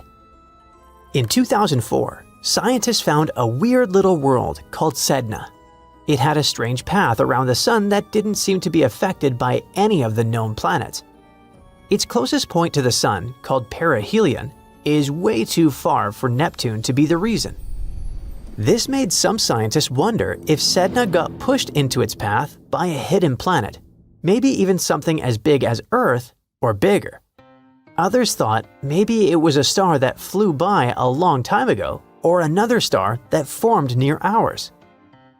Then, in 2014, another odd object was discovered. It had a very similar orbit to Sedna, which made people even more suspicious that there could be something big out there messing with their paths. This kicked off a new round of the Planet X or Planet 9 hunt. At a meeting in 2012, a scientist named Rodney Gomez said that maybe there was a big, hidden planet around 1,500 times farther from the Sun than Earth. He thought it could explain the orbits of other odd objects, like some far-out comets and centaurs, small bodies that wander among the giant planets. At that time, those who supported the Planet 9 theory believed that if it existed, it would move around the Sun in a huge, stretched-out circle called an elliptical orbit. It would be about 400 to 800 times farther from the Sun than Earth is, about 13 to 26 times farther than Neptune. If it really had that kind of orbit, it would take around 10,000 to 20,000 years to go around the Sun just once. Plus, if it indeed orbited the Sun, it wouldn't follow the same flat path as the other planets. Its path would be tilted by about 15 degrees to 25 degrees. The farthest point in its orbit, called aphelion, would be in the direction of the Taurus constellation.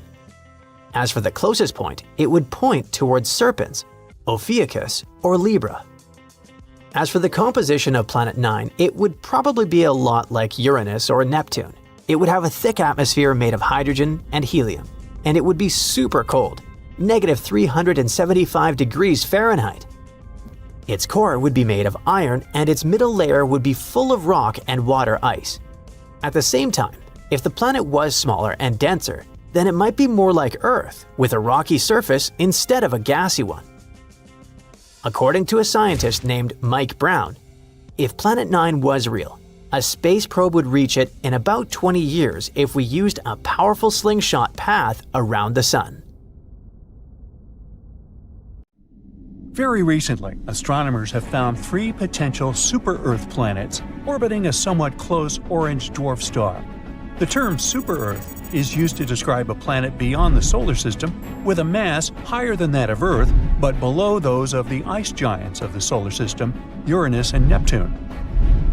An international team of researchers, led by Dr. Shweta Dalal from the University of Exeter, found that the exoplanets were orbiting star HD 48498, which is located around 55 light-years away from Earth. The planets travel around their star in 7, 38, and 151 Earth days, respectively. The study describing these findings appeared in the journal MinRes on the 24th of June, 2024. The coolest thing here is that the outermost exoplanet candidate orbits in the habitable zone of its host star. and the conditions there might be comfortable enough for liquid water to exist on the surface without boiling or freezing.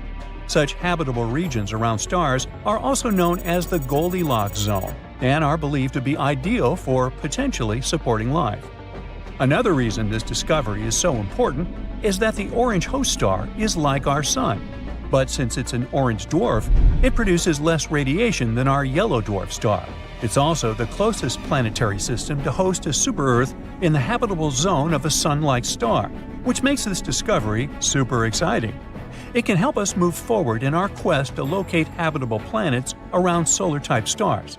Who knows? Maybe this planet will be our new home one day. These potential super-Earths were detected thanks to the HARPS and Rocky Planet Search Program.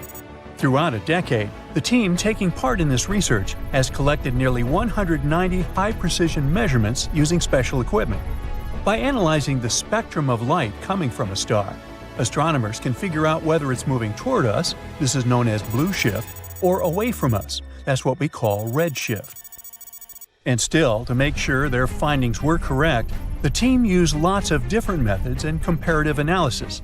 Everything confirmed their conclusions. There indeed are 3 planetary candidates with minimum masses ranging from 5 to 11 times the mass of our home planet. The team also believes that the proximity of the star, together with the outermost planet's favorable orbit, can make this system a great target for future studies. Hopefully, further research will open doors for our understanding of planetary systems and the potential of life outside our solar system. Scientists have already discovered more than 5,000 exoplanets, which are planets outside the solar system, since the first such world was confirmed orbiting a Sun-like star in 1995. To find those distant planets, astronomers use different equipment, like NASA's Kepler Space Telescope, launched in 2009. Its mission was to find as many Earth-like planets dwelling in the Milky Way galaxy as possible. But it's not the only instrument used for searching exoplanets. Anyway, now let's look at the most exciting and promising of these worlds. Gliese 667 cc is a mere 22 light-years from Earth. But even though it seems close, it's still around 129 trillion miles away from us. The planet itself is around 3.8 times as massive as Earth and completes one orbit around its host star within 28 days. In other words, a year on that Earth-like planet is 13 times shorter than a year on our planet. Luckily, the star is a cool red dwarf, so the exoplanet most likely lies in its habitable zone.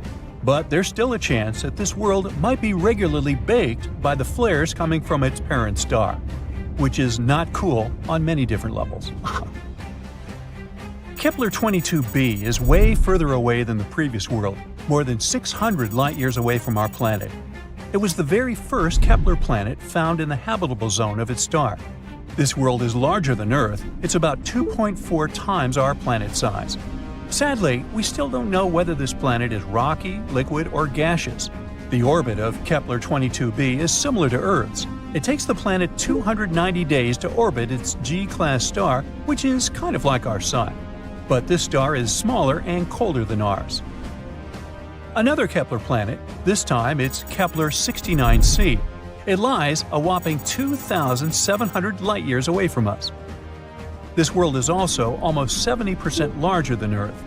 Researchers know nothing about its composition, but they found out that the planet needs 240 days to complete one orbit. This makes its position in its system like that of Venus in our solar system. At the same time, this world might be more habitable than Venus since its host star is a bit less luminous, 80% of our Sun. TOI 733b is a recently discovered world. It was found in 2023. It's out there, 245 light-years away from Earth, and needs just 4.9 Earth days to complete an orbit around its star. But the coolest thing about this planet is that it might have a massive ocean. According to scientists, the planet is likely to be completely covered with water. Does that mean there could be life on the super-Earth? Time will tell. GJ 1214b is located 48 light-years from Earth. This planet is a super-Earth, almost 3 times bigger in diameter and 8 times heavier than our home. It orbits around its red dwarf star faster than you can binge-watch your favorite series, finishing a complete loop every 38 hours. But it's not just the planet's size or orbit that's out of this world. It's pretty hot out there, with mind-melting 450 degrees Fahrenheit. But the coolest thing is that this planet is practically drowning in water. The sizzling temperatures and crazy high pressures on JG 1214b create some cool materials like hot ice and superfluid water. Superfluidity is something that happens in liquid helium when it's almost as cold as it can get. On Earth, water totally missed the memo about being superfluid because it needs ridiculously low temperatures and off-the-chart pressures to pull off that trick. Still, there's not much use in superfluid water. Even if you try it, you'll just get dehydrated. The super-Earth that's closest to us was discovered in 2016, and it's called Proxima Centauri b. It's located a mere 4 light-years away from Earth and has a mass remarkably similar to that of our planet. A year on Proxima Centauri b is short. It only takes the planet 11.2 days to complete a circle around its central star. Scientists discovered this world after they noticed that its parent star was slightly wobbling. They hadn't been sure what exactly had been happening there until they realized Proxima Centauri b's gravity probably produced pulls and tugs that caused these wobbles. Although the exoplanet is traveling in the habitable zone of its star, Proxima Centauri, it is exposed to extreme ultraviolet radiation, all because it lies very close to its parent star. Also, none of the telescopes that are currently working and exploring exoplanets are positioned well enough to capture the light from the atmosphere of this super-Earth. Most things there are still a mystery to us, even though we're talking about a planet that's really close. Super-Earth TOI 715b orbits a red dwarf, a star smaller and cooler than our Sun. At the moment, such stars remain prime candidates for finding habitable planets orbiting them.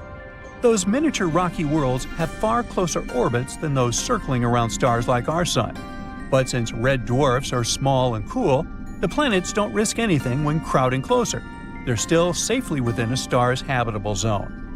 Experts say that TOI 715b might have once had an atmosphere thicker than that of Neptune, and now the planet could be in a transition state where it's losing its atmosphere. To confirm this suspicion, scientists need to do more research, and they might finally learn whether this planet is a watery terrestrial planet. So, planets with 2 suns, like Tatooine from Star Wars, used to sound like pure fantasy. For decades, scientists believed these systems were too unstable to exist. 2 stars tugging at a planet should fling it into space or drop it into one of the suns. Except, it turns out that nature didn't get the memo. Astronomers have found a planet calmly orbiting 2 stars like it's no big deal. This planet lives closer to its 2 parent stars than any other directly imaged planet in a binary star system astronomers have ever seen. Now, direct imaging means they saw the planet's light, not just its shadow. The whole system sits about 446 light-years away, so the light we see from it today left before humans ever built modern cities. This space monster is roughly 6 times the mass of Jupiter. And even more surprising, the planet is only about 13 million years old. That sounds ancient until you zoom out a little. Earth is about 4.6 billion years old, which makes this planet basically a newborn in cosmic terms. The 2 suns of this monster orbit each other incredibly fast and complete a full loop in just 18 Earth days. That means their gravity constantly shifts, yanking space around them like a cosmic washing machine. Even so, the planet stays locked in its path, so it takes it 300 Earth years to finish a single orbit. So nobody fully understands how this planet formed in the first place. When 2 stars orbit each other this closely, their gravity usually tears apart planet-forming material before anything big can take shape. Scientists have only found a few dozen planets like this so far, and that's nowhere near enough to piece together the full story. To solve the mystery, they need more data. Now, another cool find that still needs more research is a planet so stretched by gravity that it looks like a lemon, not a sphere. This planet is nothing like the calm blue and green worlds we see in space movies. It orbits a pulsar, which is basically a star's corpse. When a massive star expires, it collapses into an ultra-dense object that spins insanely fast and blasts radiation like a cosmic lighthouse. Being near one of those means game over for anything solid. And yet, this planet hangs on, barely. The gravity stretches it, pulling harder on the side facing the pulsar than the far side, like cosmic taffy. And here's where it gets extra unsettling. When scientists analyzed this planet's atmosphere, they didn't find water or oxygen. They found helium and pure carbon. No clouds, no oceans, no chance of life. According to everything we know about planet formation, this world shouldn't exist at all. So it might not be a planet in the normal sense. It could be the exposed core of a star that got shredded, leaving behind something stuck between planet and stellar corpse. That's a pretty scary trend. The line between planets and stars keeps getting blurry. And speaking of scary, meet this guy. This system lives around two red dwarf stars. These two stars orbit each other at a distance similar to how far Jupiter sits from the Sun.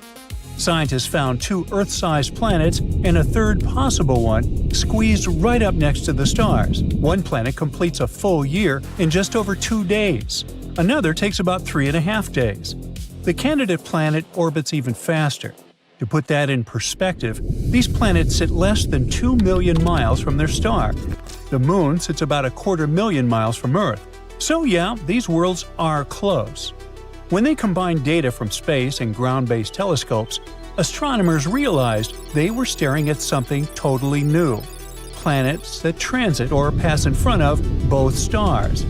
Most planets in double-star systems orbit only one star, and this setup shouldn't last long according to the rules of physics. But these planets exist anyway, calmly breaking the rules. So this guy proves that planet formation works in ways we still don't fully understand, and space clearly enjoys messing with our expectations.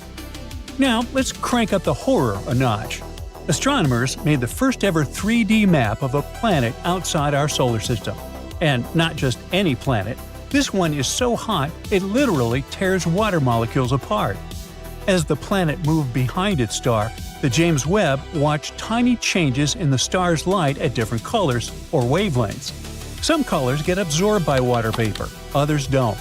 By stacking all that info together, scientists figured out temperatures at different heights and locations in the planet's atmosphere.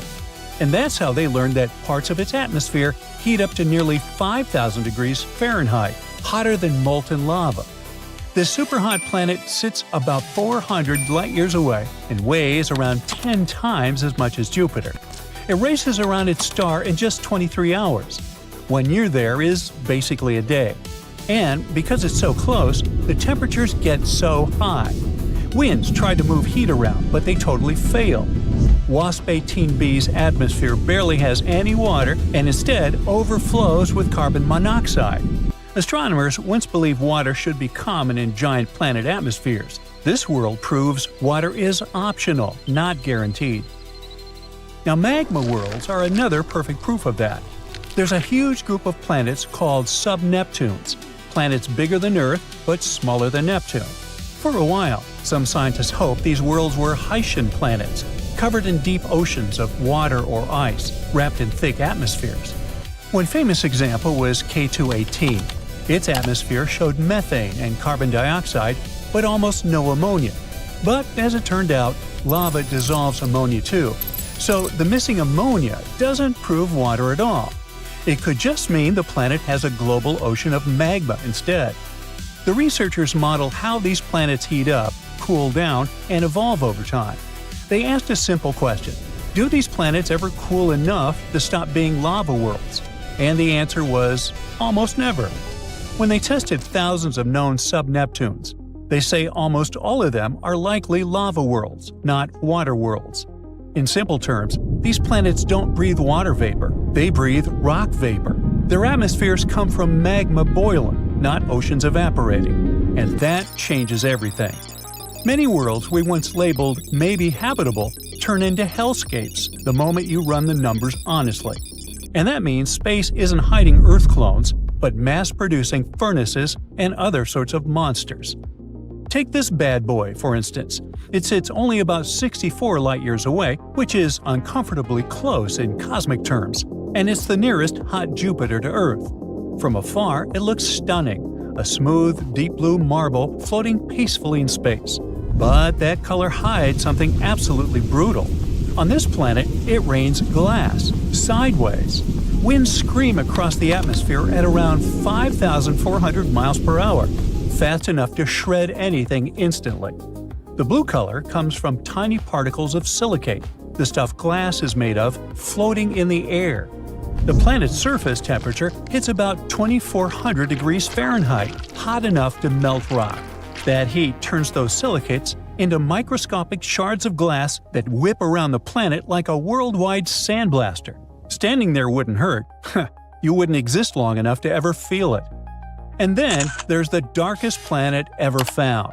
It reflects less than 1% of the light that hits it. It's darker than coal, darker than black paint. Light just disappears into it. Not all planets even bother with stars at all. Astronomers have found rogue planets, worlds kicked out of their solar systems. These lonely planets drift through space in total darkness, frozen and untethered, with no sunrise ever again. Now, all of this shows us that our universe isn't designed for life. Life survives despite the universe, not because of it. Earth isn't typical, it's lucky. We're only at the beginning of this discovery era. Every year, new telescopes sharpen the picture, and every year, the picture gets stranger. The more clearly we see the universe, the less it resembles our imagination. And that's the most unsettling truth of all.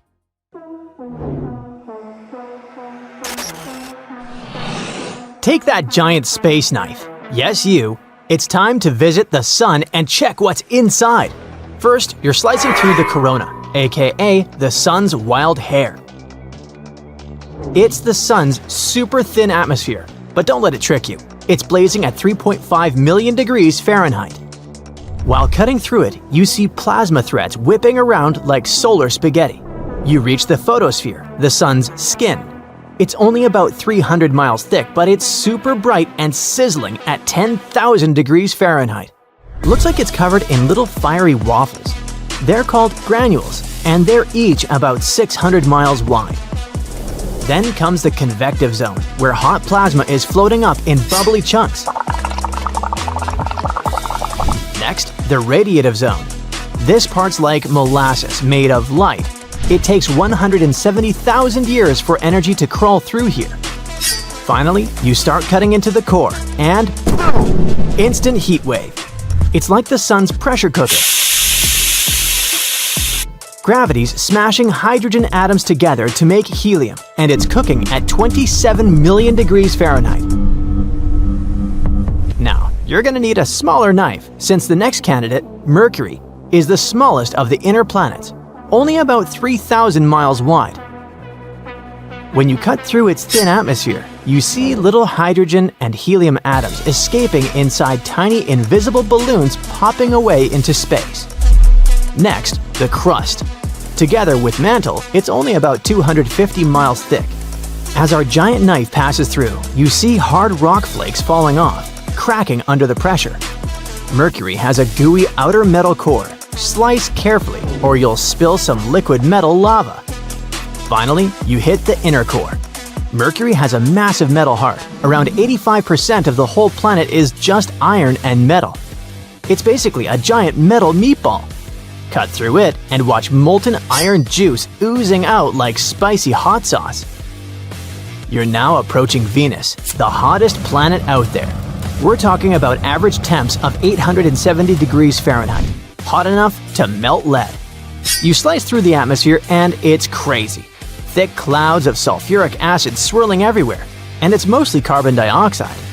Like a bad greenhouse on steroids. Pressure there is insane, like being 3,000 feet underwater on Earth. Thick yellowish clouds are puffing around the blade, sizzling like acid rain. Then comes the crust. A thin shell of mostly basalt, just 6 to 18 miles thick. It's like cutting through a crispy rock pizza crust, thin but tough.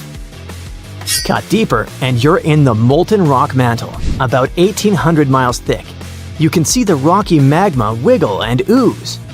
Finally, you hit the metal core, about 1,900 miles wide. That's like slicing a chunk almost the distance from Chicago to LA. There's a giant iron ball inside, all molten and heavy. Alright, time to cut through Earth. Now you might need a whole chainsaw to deal with this rocky planet. First, your chainsaw bites into the crust. It's thin, only about 1% of Earth's volume. You hear a sharp crack as the brittle rocks snap and crumble. Dust and tiny minerals puff out, and the crust breaks into chunks, like snapping a hard cookie.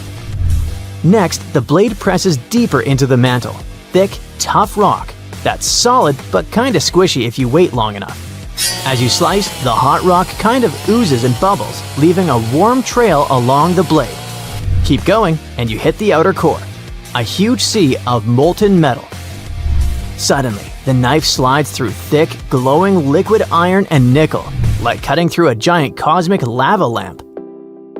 Finally, you smash into the inner core. Solid metal this time, like a glowing steel marble buried deep inside. The blade scrapes across its dense iron-nickel surface with a harsh grind.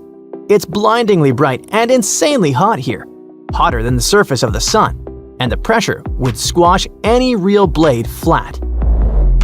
Put the chainsaw aside.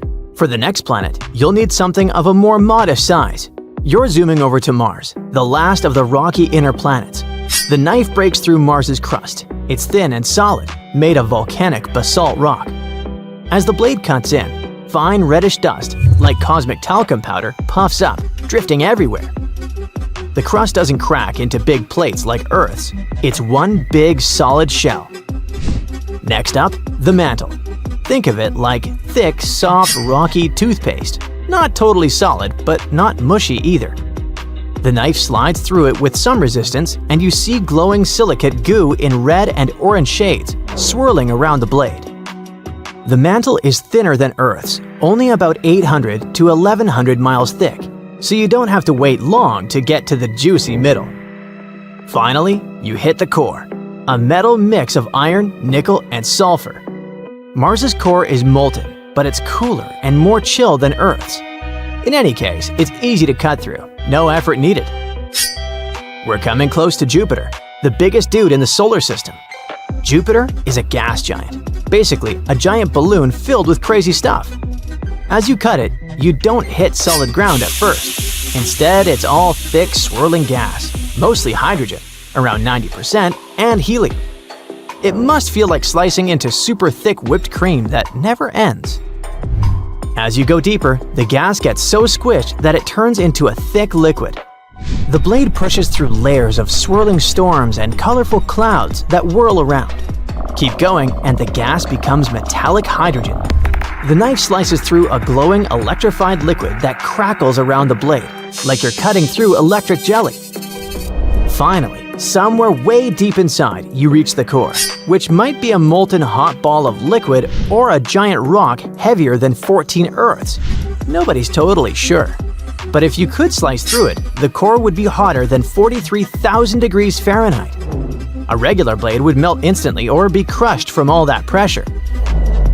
It would be pretty tricky to cut open the next planet, not because it's too hard or rocky, but because there's basically nothing to cut through. In Saturn's outer layer, your knife hits thick, swirling gases, mostly hydrogen and helium, but with some funky extras like methane, ammonia, and water vapor. As you cut, a smoggy orange haze puffs out. That's all the sulfur giving Saturn its groovy look. The atmosphere and surface blend together. No hard ground here.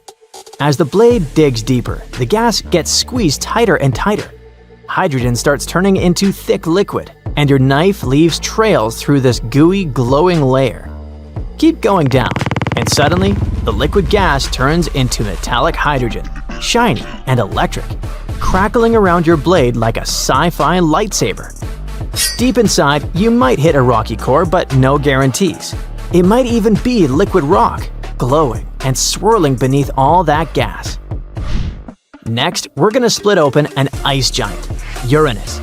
Its atmosphere has enough methane to give the planet that cool blue-green glow. As your blade moves, a faint icy mist sprays off. It's like slicing through a cold, foggy cloud. Next, you slice into the ice mantle, which makes up about 80% of the planet. But don't think frozen popsicles. This is a thick, hot, gooey soup of water, ammonia, and methane ice. The blade pushes through this dense, slushy ocean with little bubbles and steam escaping as you go. Then, bam! Blade hits the rocky core, small and dense, half as heavy as Earth. It's cooler than most cores, about 9,000 degrees Fahrenheit, which is still crazy hot. The blade scrapes over solid rock with sparks flying off like cutting metal in a cold workshop. Neptune's also crazy cold, but cutting it feels different.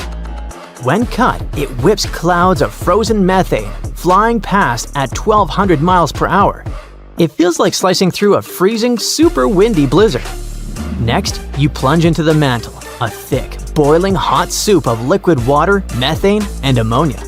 The knife pushes through this dense stew with bubbles popping and steam hissing. Temperatures here range from 3,000 to 8,500 degrees Fahrenheit. Even deeper, the blade hits Neptune's solid core, mostly iron, metals, and silicates. The blade scrapes along this tough metal center, sparks flying like you're welding the heart of the planet. Now, comment below, which planet was the most satisfying to cut through?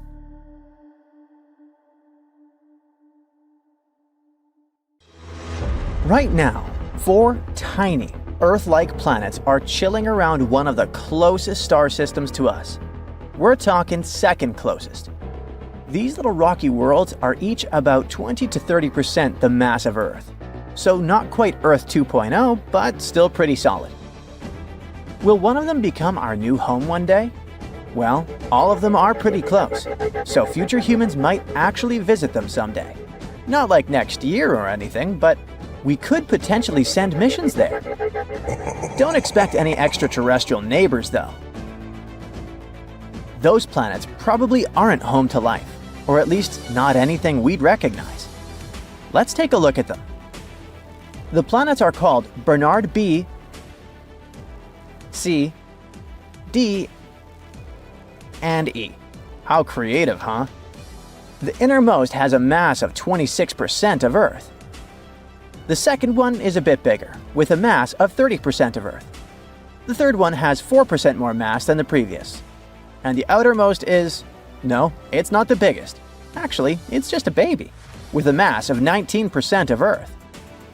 All the planets are likely rocky, like the inner planets of our solar system. They orbit their star very closely. That's why they only need a few days, under a week, to make a full circle. Now, what about that star these little guys are circling? It's called Bernard's star. Astronomers have always had a hunch there might be at least one planet orbiting it. First off, this star is super close, in cosmic terms of course. Only the Alpha Centauri trio is closer to us. Bernard's star is just under 6 light-years away, which is basically next door.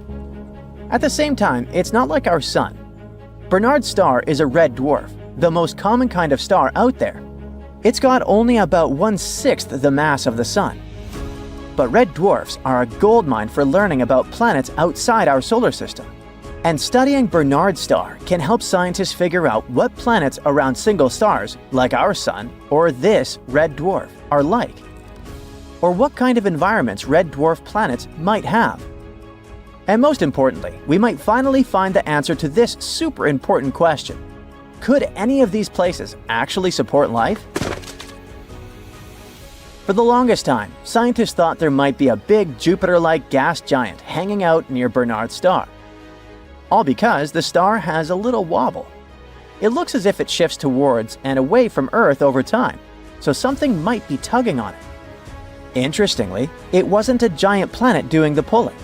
According to a study from March 2025, it's actually 4 smaller rocky planets, each about 4 times the mass of Mercury. One day, they ganged up and started tugging on the star together. These planets are incredibly close to their star, so close that they can whip around it in just a few days. Sadly, because of that, they might be way too hot for anything like life. Besides, since these 4 seem to explain all the star's movement, the researchers think there's probably nothing else orbiting the habitable zone. So, there's no Earth 2.0 orbiting around Bernard's star. Still, it's an awesome find, especially since this star is basically our cosmic neighbor. Plus, the system might not stay off limits forever. With nuclear fusion engines or light sails, futuristic propulsion systems that could make the trip way faster. We might probably go there one day.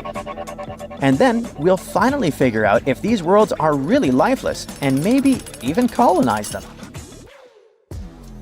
Now, let's see how scientists found the star's hidden planets. Normally, astronomers spot exoplanets when they catch them crossing in front of their stars and blocking some light. But Bernard's star is tricky, because in our view, it's like we're looking from above the system, so its planets don't block the light in the usual way. That's why they call it the Great White Whale of planet hunting. To get around this, researchers used a super sensitive instrument called Maroon X attached to the Gemini North telescope on Hawaii's Mauna Kea volcano. Over 112 nights, spread out across 3 years, the telescope picked up tiny changes in the star's movement. These shifts let scientists figure out how many planets must be tugging on the star, as well as estimate their sizes. At first, they found 3 planets. But then they used another device, deliciously called Espresso, and located at the Very Large Telescope in Chile. And only after a shot of this espresso did they find a 4th planet. By combining the data from both instruments, they were able to more or less confidently say their findings were solid, not just random glitches in the data. Even though red dwarfs, like Bernard's star, are the most common type of star in the universe, most are way too far for us to see planets around them easily. These new findings suggest that small rocky planets could be pretty common around these stars, and that's huge for future discoveries. Now, finding new exoplanets is cool and all, but it might be even more exciting to dwell on their birth and evolution. And a recent study has made the sweetest discovery ever. Newly born exoplanets might actually look like Smarties, that popular British candy, rather than spheres. We've always kinda assumed that baby planets are born ball-shaped, but they might be oblate spheroids instead. A team of scientists from the University of Central Lancashire in England used computer simulations to build a model of the formation of planets in dense gas disks surrounding young stars. After that, they compared these models with actual observations and noticed that the young planets took pretty unusual shapes. The thing is that even though almost 6,000 exoplanets have been discovered so far, astronomers still don't have a clear understanding of the sequence of events marking their birth and early evolution. But this new research might finally shed light on this process. So, the astronomers examined the formation mechanisms of gas giant planets like Jupiter and came to the conclusion that planets built up from their centers.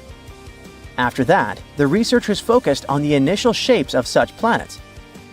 They were also interested in how they could encourage the growth of these planetary seeds. How could they turn into such massive planets, some of them bigger than our solar system's largest giants? According to the standard theory of the formation of planets, such growth happens gradually and smoothly. First, dust particles start to stick together, turning into larger and larger objects. This process lasts for a very long time and is known as core accretion. It's the model of planet formation scientists favor.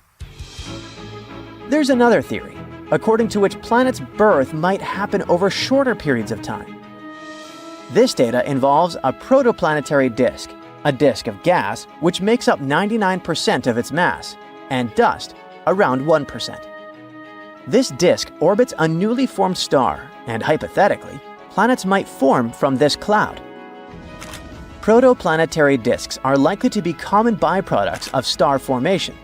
They might range in mass from 0.001 to 0.3 solar masses.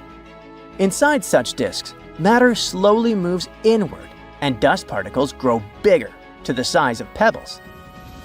At one point, after 2 to 3 million years, a giant rotating protoplanetary disk breaks into pieces, and that's how baby planets are born. This theory is known as the disk instability model. As for the model built by the team, it seems to support this second, less favored theory: rapid planet formation through disk instability. All because this theory explains how large planets can form relatively quickly at pretty large distances from their host stars. As for the weird flattened shape of these newly formed planets, it might be due to the material falling onto them. Most likely, it goes mainly to the poles of new planets. One of the main conclusions of the research is that the appearance of young exoplanets, as we see them from Earth, may vary depending on how they're angled.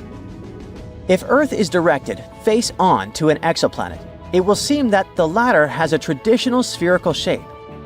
But if seen on edge, a baby exoplanet will look like a real smarty. The team is going to continue to investigate the formation of planets with the help of an improved computer model. They believe they can find out the role the environment around a young planet plays in affecting its shape and formation.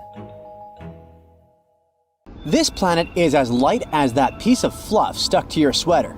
In the scientific world, it's called WASP 193b, but let's call it the Cotton Candy Planet. It's located around 1,200 light-years away from us. Sure thing we'll never see it with our own eyes, but scientists say the Cotton Candy Planet is pretty much Jupiter's bigger, bouncier cousin, 50% more massive. It has an extremely low density combined with other factors, such as high temperatures and the infrared brightness of its host star, that make it look special. May I have a close-up here, please? Thank you. See how fluffy it is? Right now, you understand that it would be impossible to stand on its surface. Anyways, it's not often that you meet something like WASP 193b at a planetary party. Such planets might be fluffy because they're getting cooked by their parent stars, puffing up like a marshmallow that's seen too much campfire action. But the thing is, if you're that close to your star and mostly made of a hydrogen-helium cocktail, you're not gonna keep your puffiness for long. It's like trying to hold on to a balloon during a hurricane. Exoplanets like this fluffy guy here are pretty rare, but there's also WASP 10007b, and it looks squishy too. This one kicks back 200 light-years from us, and it chose the constellation of Virgo as its official residence. From some perspective, you might say that this planet is a copycat of Earth. It has helium, and its atmosphere contains sulfur dioxide. There's some resemblance for sure, but WASP 10007b has the density of a marshmallow. It means we can snoop through its atmosphere easier than we could with a heavyweight like Jupiter. Scientists were beyond surprised when they peered through their super space goggles, the James Webb Space Telescope's MIRI-cam. They spotted clouds made of the stuff that builds beaches, silicate, or as you might know it, sand. Imagine sandcastles in the sky. Those sound clouds are way up there in the penthouse suite of WASP 10007b's atmosphere, where the thermostat reads a breezy 932 degrees Fahrenheit. Normally, you'd need 1,832 degrees Fahrenheit to cook up this kind of cloud, so scientists are scratching their heads.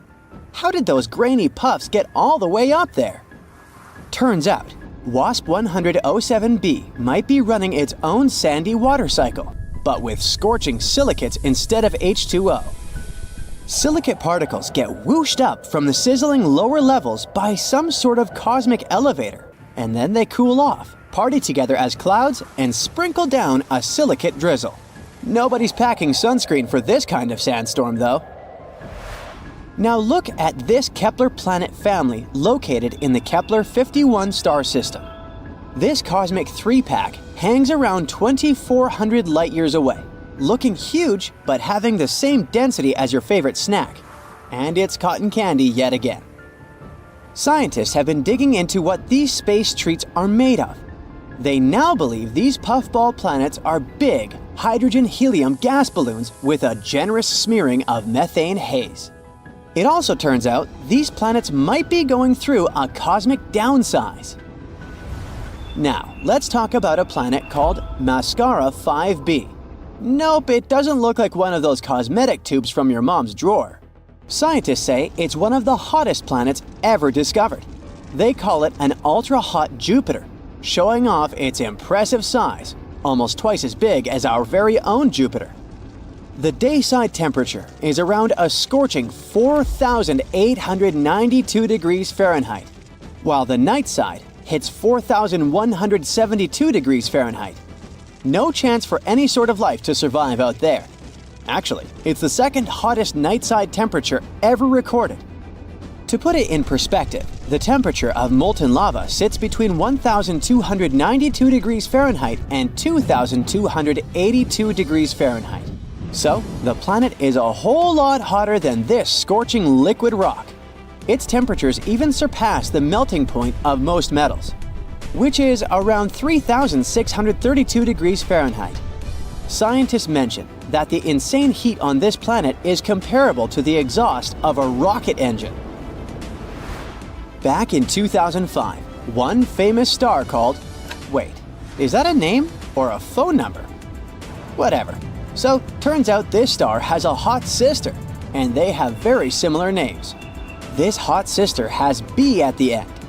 Well, this place looks like something from a sci-fi movie as it rocks a mesmerizing blue marble vibe, according to NASA. Such an appearance results from an atmosphere packed with hazy clouds laced with glass. The rain on this planet is glass-filled precipitation that likes to fall sideways, thanks to fierce winds blowing at a speed of 5,400 miles per hour. And yeah, it's the hot sister for a reason. Scientists have measured the daytime temperatures in this nightmarish world. It's around 1,700 degrees Fahrenheit. So when it rains on this planet, it's more like molten glass pouring down instead of your typical waterworks. You may not know it, but space is swarming with WASPs. I'm talking about planets called WASP. Meet WASP 76b. This sizzling hot Jupiter-like planet is so out of this world, it rains iron at night there. The daytime side is no less of a fiery nightmare. The temperature there is about 4,300 degrees Fahrenheit. WASP 76b may be slightly smaller than Jupiter, but don't underestimate its grandeur. This fireball is located 640 light-years away from Earth, and its terrifying climate is the result of one seriously extreme orbit. You see, these gas giants are fittingly known as hot Jupiters. They like to keep it hot, so they orbit way too close to their scorching host stars. In this case, WASP 76b is nearly 10 times closer to its star than Mercury is to our Sun. That's way too close for comfort, leaving this rebellious planet tidally locked to the star. So, while one side basks in eternal light, the other is trapped in perpetual darkness. 55 Cancri E is a total gem. It's the raddest super-Earth ever spotted. Scientists initially believed it was packed with so much carbon that its insides were blinged out with diamonds, thanks to insane pressure and sizzling temperatures of 4,892 degrees Fahrenheit. But researchers put a dent in the diamond hype, showing there was actually less carbon than we had originally thought. Well, diamonds aren't actually that rare and expensive after all. They're just well marketed. The last destination for today is GJ 1214b, located 40 light-years away from Earth. This planet is like a supersized Earth, almost 3 times bigger in diameter and a whopping 7 times heavier. It orbits around its red dwarf star faster than you can finish a pizza, finishing a complete loop every 38 hours. But it's not just the planet's size or orbit that's out of this world. It's pretty hot out there, with mind-melting 450 degrees Fahrenheit. But the coolest thing is that this planet is practically drowning in water. The sizzling temperatures and crazy high pressures on GJ 1214b create some super cool materials like hot ice and superfluid water. Superfluidity is something that happens in liquid helium when it's almost as cold as it can get. On Earth, water totally missed the memo on being superfluid because it needs ridiculously low temperatures and off-the-chart pressures to pull off that trick. Still, there's not much use in superfluid water. Even if you try it, you'll just get dehydrated. Some time ago, the James Webb Space Telescope spotted a super bizarre space object flying through our galaxy. First of all, it's not orbiting any star. It's a rogue object, just drifting through space on its own. Even better, this wandering thing apparently has a cake-like atmosphere, and examining it can be crucial in our future exoplanet research. Plus, it can help us understand how gas giants evolve over time and what might happen to Jupiter in the future. You may object that Earth has a layered atmosphere too, with 5 major and several secondary layers. But on Earth, the air is mostly nitrogen and oxygen. As for other planets, they're different. Take Venus, for example, where the atmosphere is super thick and filled with sulfuric acid. There are exoplanets with water vapor clouds, or ones where the clouds are literally made of hot sand. But what about our rogue object? By the way, I have no clue why it got this reputation, but for some reason, scientists chose to call it SIMP. Ouch. Anyway, it seems to have its own unique combo, with cloud patches and weird chemical reactions happening high up. It is covered in clouds made of iron and magnesium, and its atmosphere has carbon-based chemicals floating around. Scientists have spotted auroras on it. Yep, like the northern lights we have on Earth, but way out in deep space. It's the very first time researchers have been able to do a sort of weather report on a rogue object like this. The next weirdness? The object doesn't really fit into any box. It's not a regular planet, because it doesn't orbit a star. But it's also smaller than a brown dwarf, which is something like a failed star. So it's something in between. Not quite a planet, not quite a star. And while it's not dangerous in the we're all doomed kind of way, scientists say rogue objects like this could actually mess things up pretty seriously if they wandered too close to a solar system. Their gravity might throw off the orbits of planets, which could lead to instability, or even space collisions. So yeah, while our rogue friend is not a threat right now, it might become one in the future. Now, this rogue object has some crazy stuff going on. First off, its day is only 2.4 hours long. Like, imagine the sun rising and setting in that time. That's real fast. It's also hanging out about 20 light-years away in the Carina Nebula, which isn't super far in space terms. Another thing that makes this guy special is the fact that it's the brightest free-floating object of its kind that we can see from the northern hemisphere. And since it's just drifting in space without a nearby star messing with our view, it's been directly photographed by telescopes, like NASA's Spitzer. That's actually super rare for stuff this faint and far. When scientists checked it out in infrared, aka heat vision, they noticed that the atmosphere of this rogue object was acting weird, like it kept changing, sometimes more heat, sometimes less. Something funky was going on, but what exactly? So, in July 2023, one team of scientists used the James Webb Space Telescope to dig deeper. They pointed it at SIMP and gathered a ton of data, around 6,000 measurements in just a few hours. First, they looked at shortwave radiation, which is kind of like high-energy heat, and then they did the same with longer waves a few hours later. They discovered that the brightness changed differently depending on the wavelength. Some parts of the atmosphere got brighter, some dimmer, and some didn't change at all. It was all over the place, but they noticed a pattern. All the changes fell into 3 groups. Each group had its own vibe, like its own little signature of what was going on in the atmosphere. And it turned out that the mysterious object wasn't just floating alone in space. It was super dynamic, with layers of clouds and gases doing their own thing. It could mean 3 different things were going on in the atmosphere. To figure out what exactly was behind all this, they built models of the rogue object's atmosphere. Apparently, the first group of curves likely came from low clouds made of iron. Yeah, iron, like actual metal clouds. The second group seemed to come from higher clouds made of this mineral called forsterite, which is basically a magnesium-rich crystal. And it looks like these cloud layers aren't smooth, they're patchy.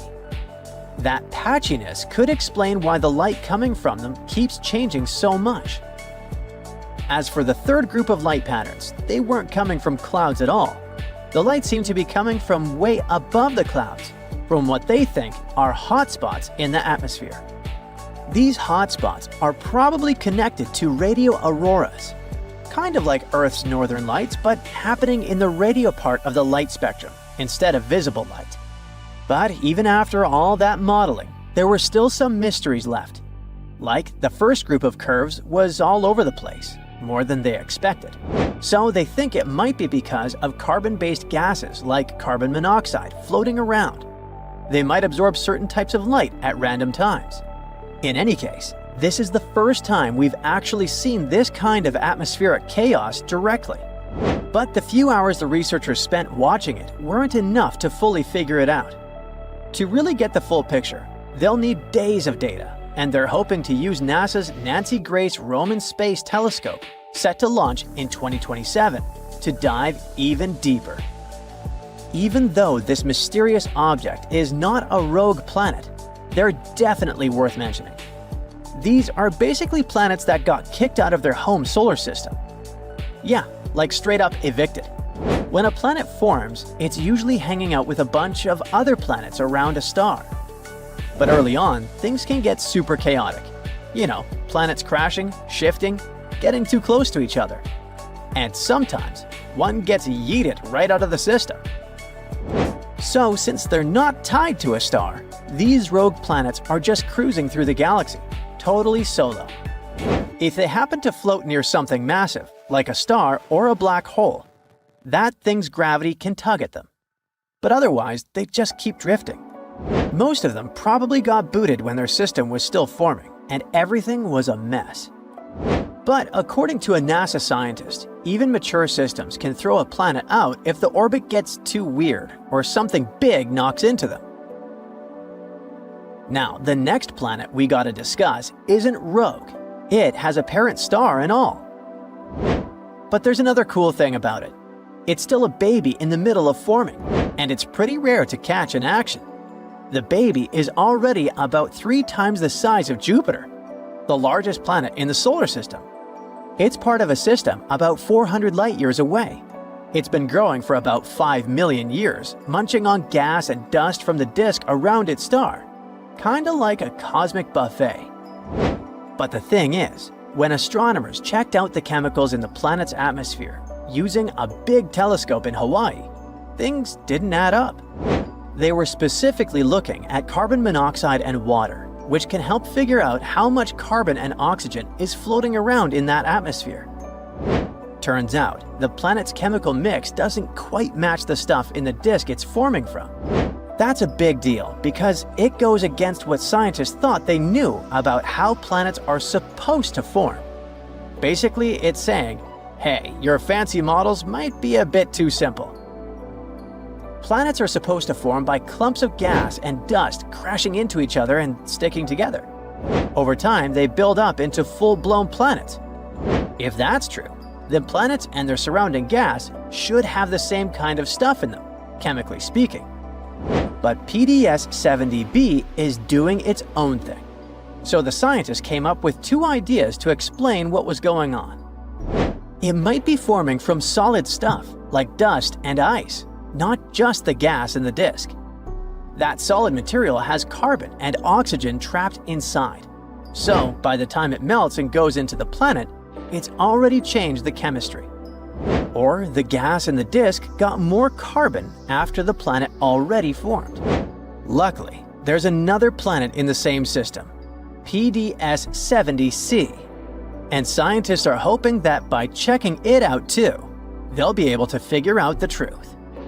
Saturn's rings. Impressive, right? But look closer. They're crooked. Actually, the whole planet is tilted by nearly 27 degrees, which is way more than it should be. Look at its neighbor, Jupiter, for example. It has a tilt of only 3 degrees. So, what happened to the Lord of the Rings? A new study suggests that Saturn used to have a huge extra moon. Yeah, besides the other 274 it currently has. But who's counting?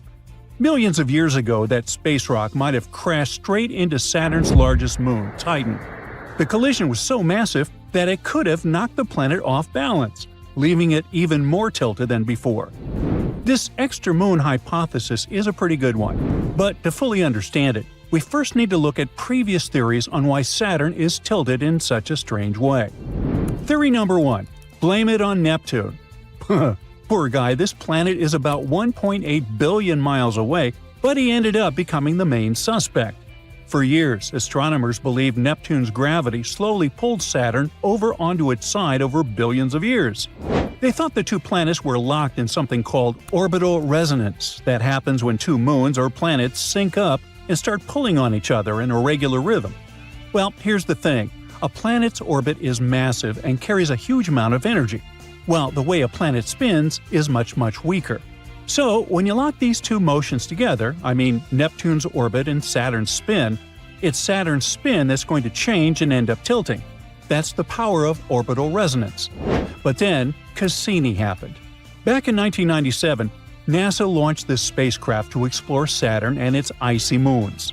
Cassini stayed out there for 13 years, and it shared some really interesting discoveries, including the fact that, nope, Neptune is not our guy.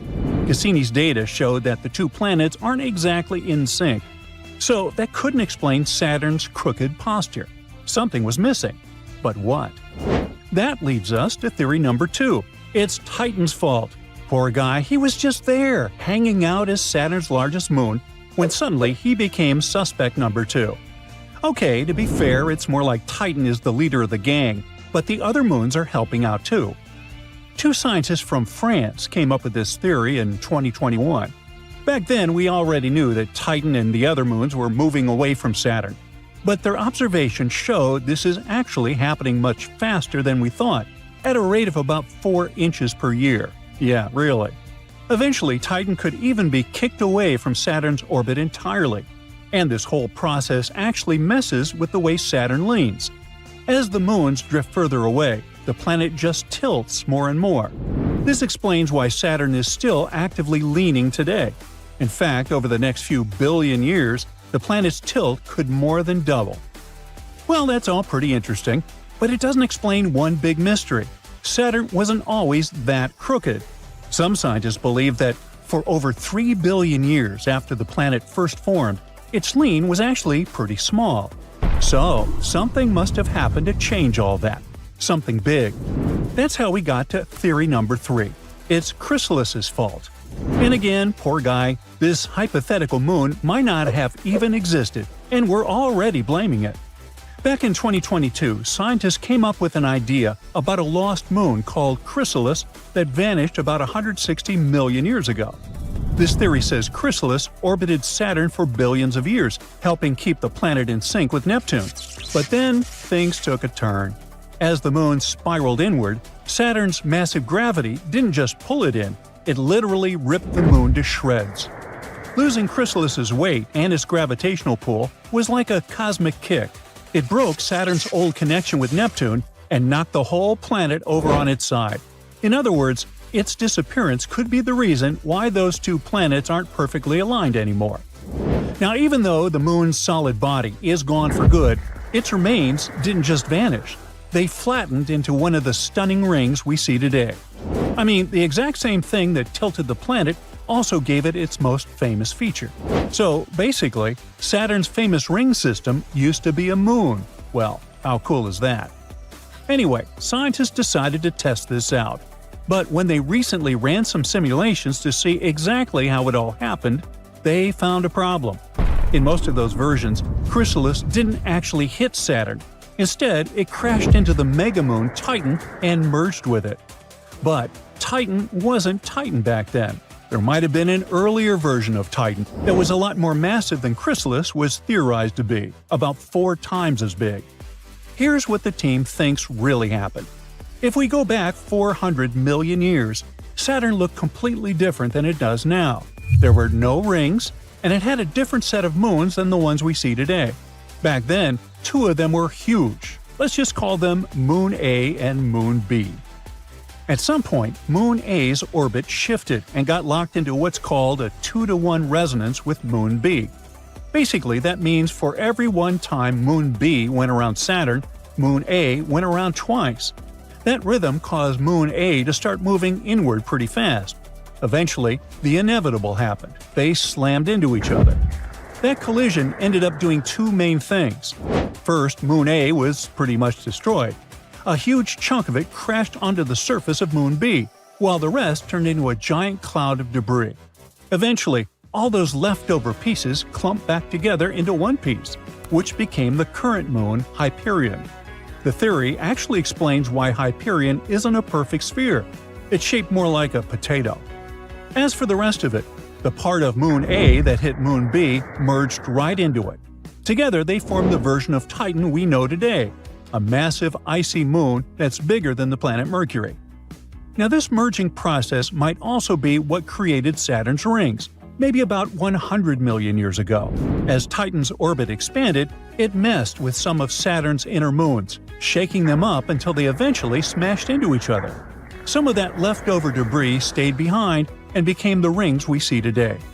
But we can't say for sure if that's exactly how it went down, mostly because we still don't know how old Saturn's rings really are. So not every scientist is totally sold on this theory yet. Take NASA researcher Linda Spilker, for example. She says this study makes a really strong case that Hyperion and Saturn's rings actually showed up long after the planet itself was born. But the truth is, the rings could be much older than that. And if that's the case, the timing for this theory really doesn't line up. That means we'll have to wait for more proof before we can say for sure. But the answer might be coming soon, thanks to NASA's $3 billion Dragonfly mission. And the whole idea is to explore Titan up close. This is a spacecraft about the size of a Mini Cooper that works a lot like a high-tech drone with 8 rotors. It's scheduled to launch in 2028 and should arrive at Titan by late 2034. Once it gets there, it's going to spend about 2.5 years exploring different spots all over the moon. Since it has propellers and landing skids, it won't be driving on the ground like a rover on Mars. Instead, Dragonfly will travel by air. It'll take off vertically, fly to a new location, and land again, basically hopping across the moon. The mission might finally give us the answers we need. Dragonfly could test this theory by looking for geological or chemical signs of a huge crash between two moons a long time ago. And if it finds them, bingo! One of Saturn's greatest mysteries will finally be solved. Recently, scientists have made an astounding discovery that can change the entire course of Mars exploration. Apparently, there are oceans of liquid water on the red planet. So, the future looks bright. We could use this water to support future missions, and then even relocate to Mars since we wouldn't need to worry about where to get this precious liquid, right? Well, there's one big problem. These oceans of liquid water are in Mars, so deep inside that we aren't likely to get there. At least that's what a new analysis of seismic data collected by the Mars Insight lander claims. Huge reserves of liquid water seem to be the best explanation for some seismic quirks of the red planet. So all this precious water is out of our reach. But we need to find it to solve the puzzle of the aquatic history of our blushing, dusty neighbor.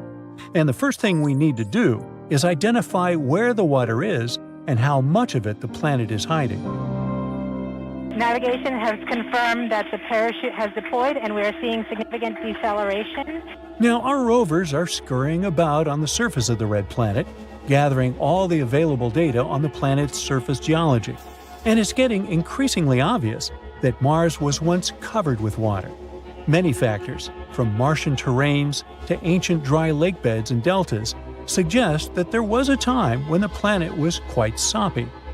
These days, there's still some water on and right below the surface of Mars, but it's in the form of ice and nowhere near what Mars had in the ancient past. To understand how much of it could have been on the red planet billions of years ago, we must know where all this water went. There are two spots where the water could have gone: into space or toward the interior of Mars. Then it could have been isolated as either liquid reservoirs or ice deposits. Currently, we don't have any way of measuring how much water once leaked away. But now, we finally can find out more about the gooey center of the red planet. All thanks to the Mars InSight lander. It isn't operating anymore, but from November 2018 to December 2022, it was listening to the hums and rumbles and monitoring the activity below its feet. The thing is, acoustic waves generated by seismic activity deep inside the planet can change according to the composition and density of the material these waves are moving through. And scientists can get a lot of information analyzing the behavior of seismic waves. In this case, they used a model similar to those used to map underground oil fields and aquifers on our home planet. Then, with the help of this model, they analyzed the data gathered by InSight on Mars. They discovered that the best explanation could be that there was a layer of fractured rocks whose cracks were filled with water deep under the surface of the red planet. That layer could be at a depth of 7 to 12 miles. That's why it would be extremely tricky for future missions to get to it. And still, the new discovery could help us understand the Martian water cycle. Confirming the existence of a large reservoir of liquid water can help us sneak a peek at what the climate on Mars used to be, or what it could be like one day. And if once Mars had a lot of water, it could have been habitable in the ancient past and might become habitable in the future. Water is crucial for life as we know it, so underground water reservoirs on the red planet could already be habitable. Maybe, while we're talking, tiny microorganisms or even some tentacled creatures are living their lives in the comfort of their underground home. On Earth, super-deep mines do host life, and the bottom of the ocean, with its immense unbelievable pressures, isn't lifeless either. So far, we haven't found any evidence of life on Mars, but for now, it sounds like this place has the potential to sustain life. InSight data has shown that there isn't likely to be a lot of water ice in the upper crust of the planet, at least in the region around the lander. But if it turns out that there is a water-rich layer deep below the surface and stretching around the entire globe of the planet, then there would be enough water to fill ancient ocean beds and even more. Now, Mars isn't the only place outside Earth where there is water or where we might one day find water. Take the good old Moon, for example. On Earth's natural satellite, water can be found all over the surface, but it's not the water you might be imagining. On the Moon, water remains mostly as ice, and it's distributed unevenly. For example, the poles of the Moon are the regions that never receive sunlight. This is the reason they're extremely cold, and it's no wonder there's a lot of ice there. The ice in these areas is often mixed with the lunar soil and hiding deep below the surface. Then there's Enceladus, the sixth largest moon of Saturn. In reality, it's not that large, just 314 miles across. In other words, this moon is small enough to fit inside Arizona. Ooh, we should try that. Well, interestingly, when the Cassini space probe first arrived at Saturn, researchers were expecting Enceladus to be a frozen ball of ice. But what they saw was plumes of icy particles and water vapor erupting from geysers on the moon's surface. It was clear that there was a massive ocean between the moon's rocky core and its icy shell. Then there's Jupiter's moon Europa.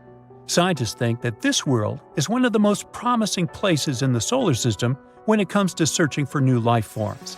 That's because Europa has a huge saltwater ocean as deep as 40 to 100 miles. And even though it's under a layer of ice that is likely to be 10 to 20 miles thick, it's still potentially habitable. Astronomers believe that plumes of water might erupt from cracks in the ice shell and release the contents of the moon's ocean into space. The temperature, pressure, and chemistry are very different on Europa, and astronomers aren't sure yet how the ice behaves there. That's the main reason they haven't figured out yet how deep or large the water reservoirs on Europa are and how long they need to refreeze. But out of all the places where we could find water in the universe, the most bizarre is probably open space. In 2011, two teams of astronomers discovered a cloud of water floating freely among stars. It was the largest and farthest reservoir of water ever detected. So this massive cloud of water vapor surrounds a black hole. But not just any black hole. This one's a quasar, located 12 billion light-years from Earth. The conditions around this quasar must be really special to create such an enormous amount of water. This cloud contains 140 trillion times the volume of all the water on Earth. That's enough to give every person on the planet a whole planet's worth of water 20,000 times over. Sounds wild, doesn't it? But there's something even cooler. Astronomers think this water cloud formed just 1.6 billion years after the universe began. This discovery is yet another sign that water has been around all over the universe, even in its early days. But here's the kicker. Until they found this, scientists had never detected water vapor so far back in time. Sure, there's water in our Milky Way galaxy, but most of it's frozen solid in ice. This discovery really pushes the boundaries of what we know about water in the universe. Well, NASA has just dropped the craziest news ever. They've found the clearest evidence yet that life might have once existed on Mars. So, is that what you'd see if you travel there? Well, let's imagine, shall we? The world around you is red, darker than Earth. There's a dust storm on the horizon. Suddenly, you spot a bizarre creature that makes your blood run cold. It's way taller than you, with long, creepy-looking arms and legs. Its skin is orange, and its eyes are huge. They look like some kind of shiny lenses. Come to think of it, it all makes sense. Gravity on Mars is 38% weaker than on our planet. That's why this creature has grown to be so tall. You know, when astronauts go to space, they tend to grow up to 2 inches, all because the reduced gravity makes the fluid between their vertebrae expand. As for the creature's unusually colored skin, this is protection against solar radiation. Mars doesn't have a global magnetic field. There's nothing to protect the planet from radiation. And the locals' bodies probably had to switch their pigmentation from melanin to carotenoids, the same pigments that give oranges, carrots, and tomatoes their bright color. As for those big, beautiful eyes, they help the creature perceive the light of our now-distant sun much better than regular human eyes. Now, if this is the story you wanted to hear, I'm sorry to disappoint you, because the life forms we've discovered on Mars are very different, and still, for scientists, they are no less exciting. Last year, the Perseverance rover, the most expensive off-roading robot ever, found a dried-up riverbed covered in weird, rusty circles they're calling leopard spots. According to a scientist from NASA, these spots might be leftovers from ancient life forms that lived there billions of years ago. And now, experts think they might know what those tiny Martian critters could have looked like. Once again, we're not speaking about creatures with eyes or tentacles here. Mars is a wild place. It gets roasted during the day, then drops to minus 225 degrees Fahrenheit at night. There's low gravity and nasty radiation there, so anything living out there would have been microscopic, bacteria-level small. If, and it's a big if, something more complex ever evolved on the red planet, it would have needed insane superpowers to survive those conditions. Anyway, while cruising around an area called Bright Angel, Perseverance spotted those leopard spots. Scientists call them reaction fronts, basically places where chemical stuff went down long ago. The rover found 2 minerals in these spots, vivianite and greigite. On Earth, vivianite shows up when organic stuff rots, and greigite is made by microbes, tiny living things. One of the scientists on the team said those minerals look exactly like the kind we find when microbes are involved here on Earth. In his words, this could be the most convincing evidence of life on Mars so far. Of course, there was still a chance these patterns had been made by non-living processes. Nature could have been doing its thing without any help from space germs.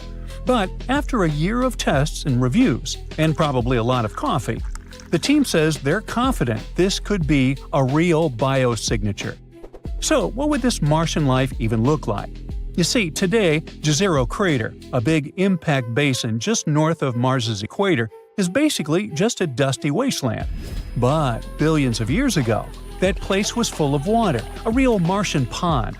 Scientists think that the crater back then had cold, water-rich spots that were perfect for little microbial life. Those microbes could have munched on stuff like carbon, sulfur, and phosphorus in the rocks, and the minerals they produced could be what we see today as those leopard spots. Now, even though the surface conditions on Mars were insane, with freezing temps and all that radiation, microbes could still make it work, just barely surviving day to day. Experts point out that there was actually liquid water at that time, so it means the red planet was technically habitable.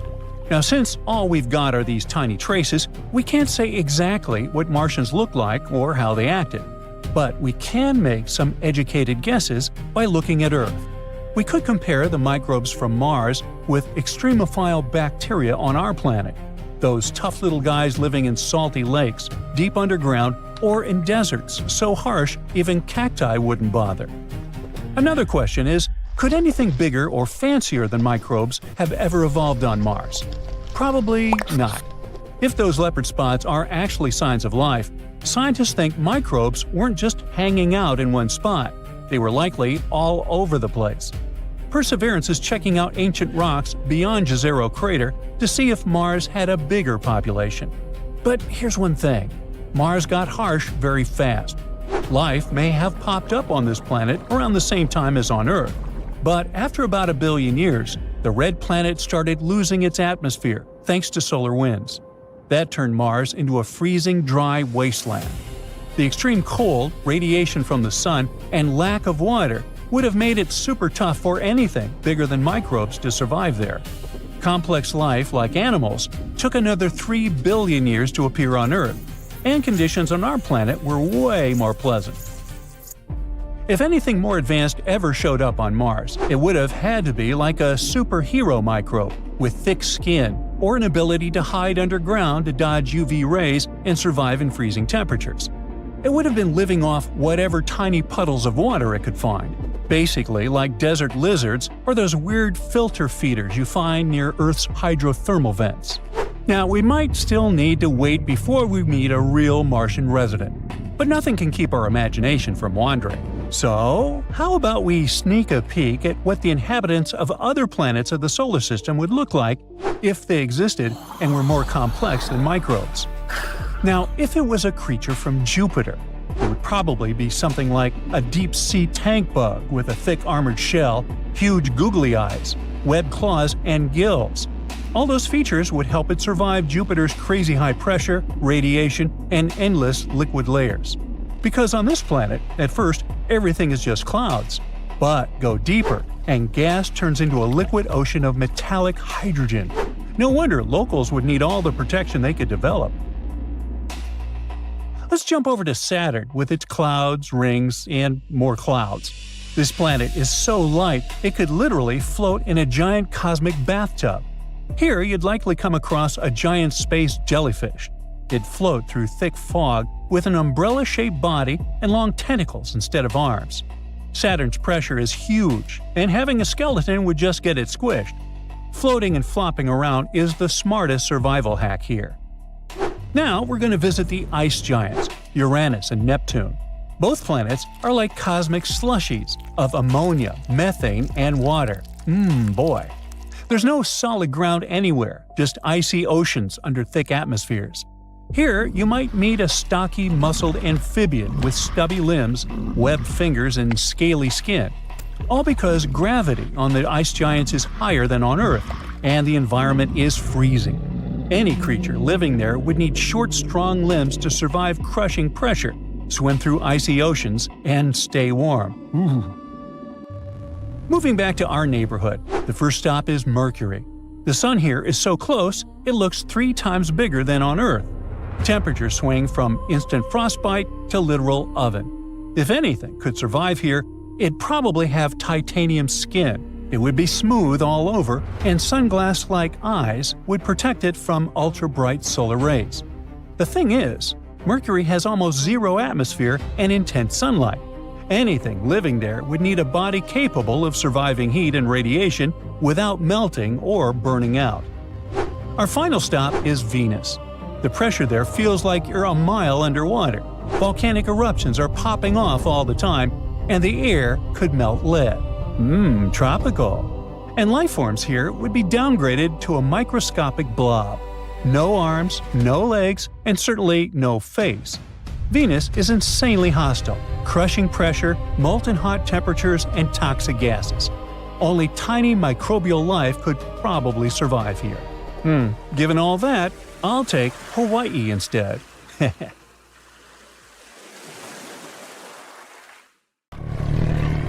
Picture a tiger. Tigers are known for their beautiful stripes, which they always keep the same. However, imagine if the tiger's stripes could change their size, position, and colors from time to time. Magical, right? But that's exactly what happens with one titan of our solar system, Jupiter. Why and how? Well, astronomers might just have the answer, so let's see. Jupiter is a huge and fascinating planet. When you're looking at its picture from far away, it's like seeing a beautiful sunrise. Here we have an entire palette, from creamy pale yellows to caramel browns, with even some blue shades. Jupiter is a fascinating place made mostly of hydrogen and helium, just like our Sun. However, it didn't gather enough stuff during its formation to become a star.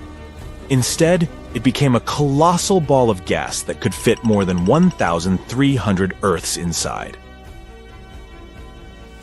Jupiter has these interesting patterns of dark and light clouds that go around the planet in alternating bands, like giant stripes. These dark stripes are called belts, and lighter ones are called zones. Actually, it's not unique in this. Earth and Jupiter both have these cool patterns in their atmospheres. It's just that Earth has a few of them, but Jupiter has a lot more. Why are these belts brown and beige? Those can be explained by the combination of hydrogen, helium, and other trace elements in the planet's atmosphere. It's like mixing different colors of paint to create new shades. These belts create beautiful patterns across the planet's surface. Now, because Jupiter has such a massive atmosphere and a weather system similar to Earth's, it experiences some extraordinary storms. So even though these stripes may look calm and peaceful, they're actually part of a wild weather system. It's like a never-ending storm party happening there. These belts and zones move in opposite directions around the planet. The belts go against Jupiter's rotation, like going against the flow, while the zones go with it, joining the dance. And not only do they move in different directions, but they also exist at different heights in the planet's atmosphere. The belts are like regions where things are rising up, like bubbles in a fizzy drink. So the cloud tops in the belts are higher up in the sky compared to the cloud tops in the zones, which are more like sinking areas. So, even though Earth and Jupiter have this similarity, their weather is completely different. It's like comparing apples and oranges. One of the most famous storms on Jupiter is the Great Red Spot. But why is it red? Well, that's a bit of a mystery. Scientists think that the storm sits at a higher altitude than the rest of the atmosphere. This means it gets a stronger dose of sunlight. Imagine standing on a hilltop where the sun shines brighter on you compared to the surroundings. In a similar way, the Great Red Spot gets more radiation from the sun. The storm also contains some special chemicals in its clouds, like ammonia and acetylene. When these chemicals receive that extra radiation, they react in a unique way, giving the storm its distinct red color. It's like a special effect in a cosmic theater. Anyway, the stripes look pretty cool and all. But what's the big mystery around them? Well, you see, one day scientists decided to look at data from deep inside Jupiter, about 30 miles below the surface. And after peeking in Jupiter's secrets, they noticed something strange. When they looked at Jupiter using a special type of light called infrared, the colors of its stripes actually switched around. The light bands that were pale and creamy in normal pictures become dark in the infrared view. The dark bands that were belts before now shined brightly in the infrared. This suggests something interesting. The belts on Jupiter have thinner cloud coverings compared to the zones. It's like the belts are wearing sheer, see-through outfits, while the zones have thicker clouds, like fluffy jackets. So, what we see as dark bands in normal pictures turn out to be bright in the infrared, hinting that these belts have less cloud stuff blocking the light. But here's the most strange part. Every few years, something changes. It's like the weather on Jupiter goes through a wild roller coaster ride. The colors of the belts can change, and sometimes the whole weather pattern becomes a bit crazy for a while. Scientists have been scratching their heads, trying to figure out why this happens. So they've decided to use a special spacecraft called Juno to investigate this. Since 2016, Juno has been gathering a lot of information about Jupiter, like a spy collecting clues. One of the things Juno has been looking at is Jupiter's magnetic field. Just like Earth, Jupiter has a magnetic field. It's like an invisible bubble that surrounds the planet, extending to space.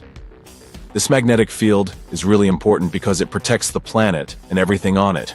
It acts like a shield against harmful particles from space, like those coming from the sun. But Jupiter's way bigger than us, so his protective shield is much stronger. Magnetic fields are generated by something called a dynamo, which is like a big swirling conducting fluid inside the planet. This fluid moves around and rotates, kind of like a dance party happening deep within the planet. So, scientists have been looking at the data collected by Juno over the years and noticed something interesting. Jupiter's magnetic field has its own little motions, kind of like when you see waves in the ocean. Scientists call these motions torsional oscillations, which is just a fancy way of saying wave-like movements. It's like Jupiter is doing its own magnetic dance. Now let's imagine that Jupiter's insides are like a giant pot of boiling soup. Deep within Jupiter, there are slow currents that carry heat upwards, just like a conveyor belt.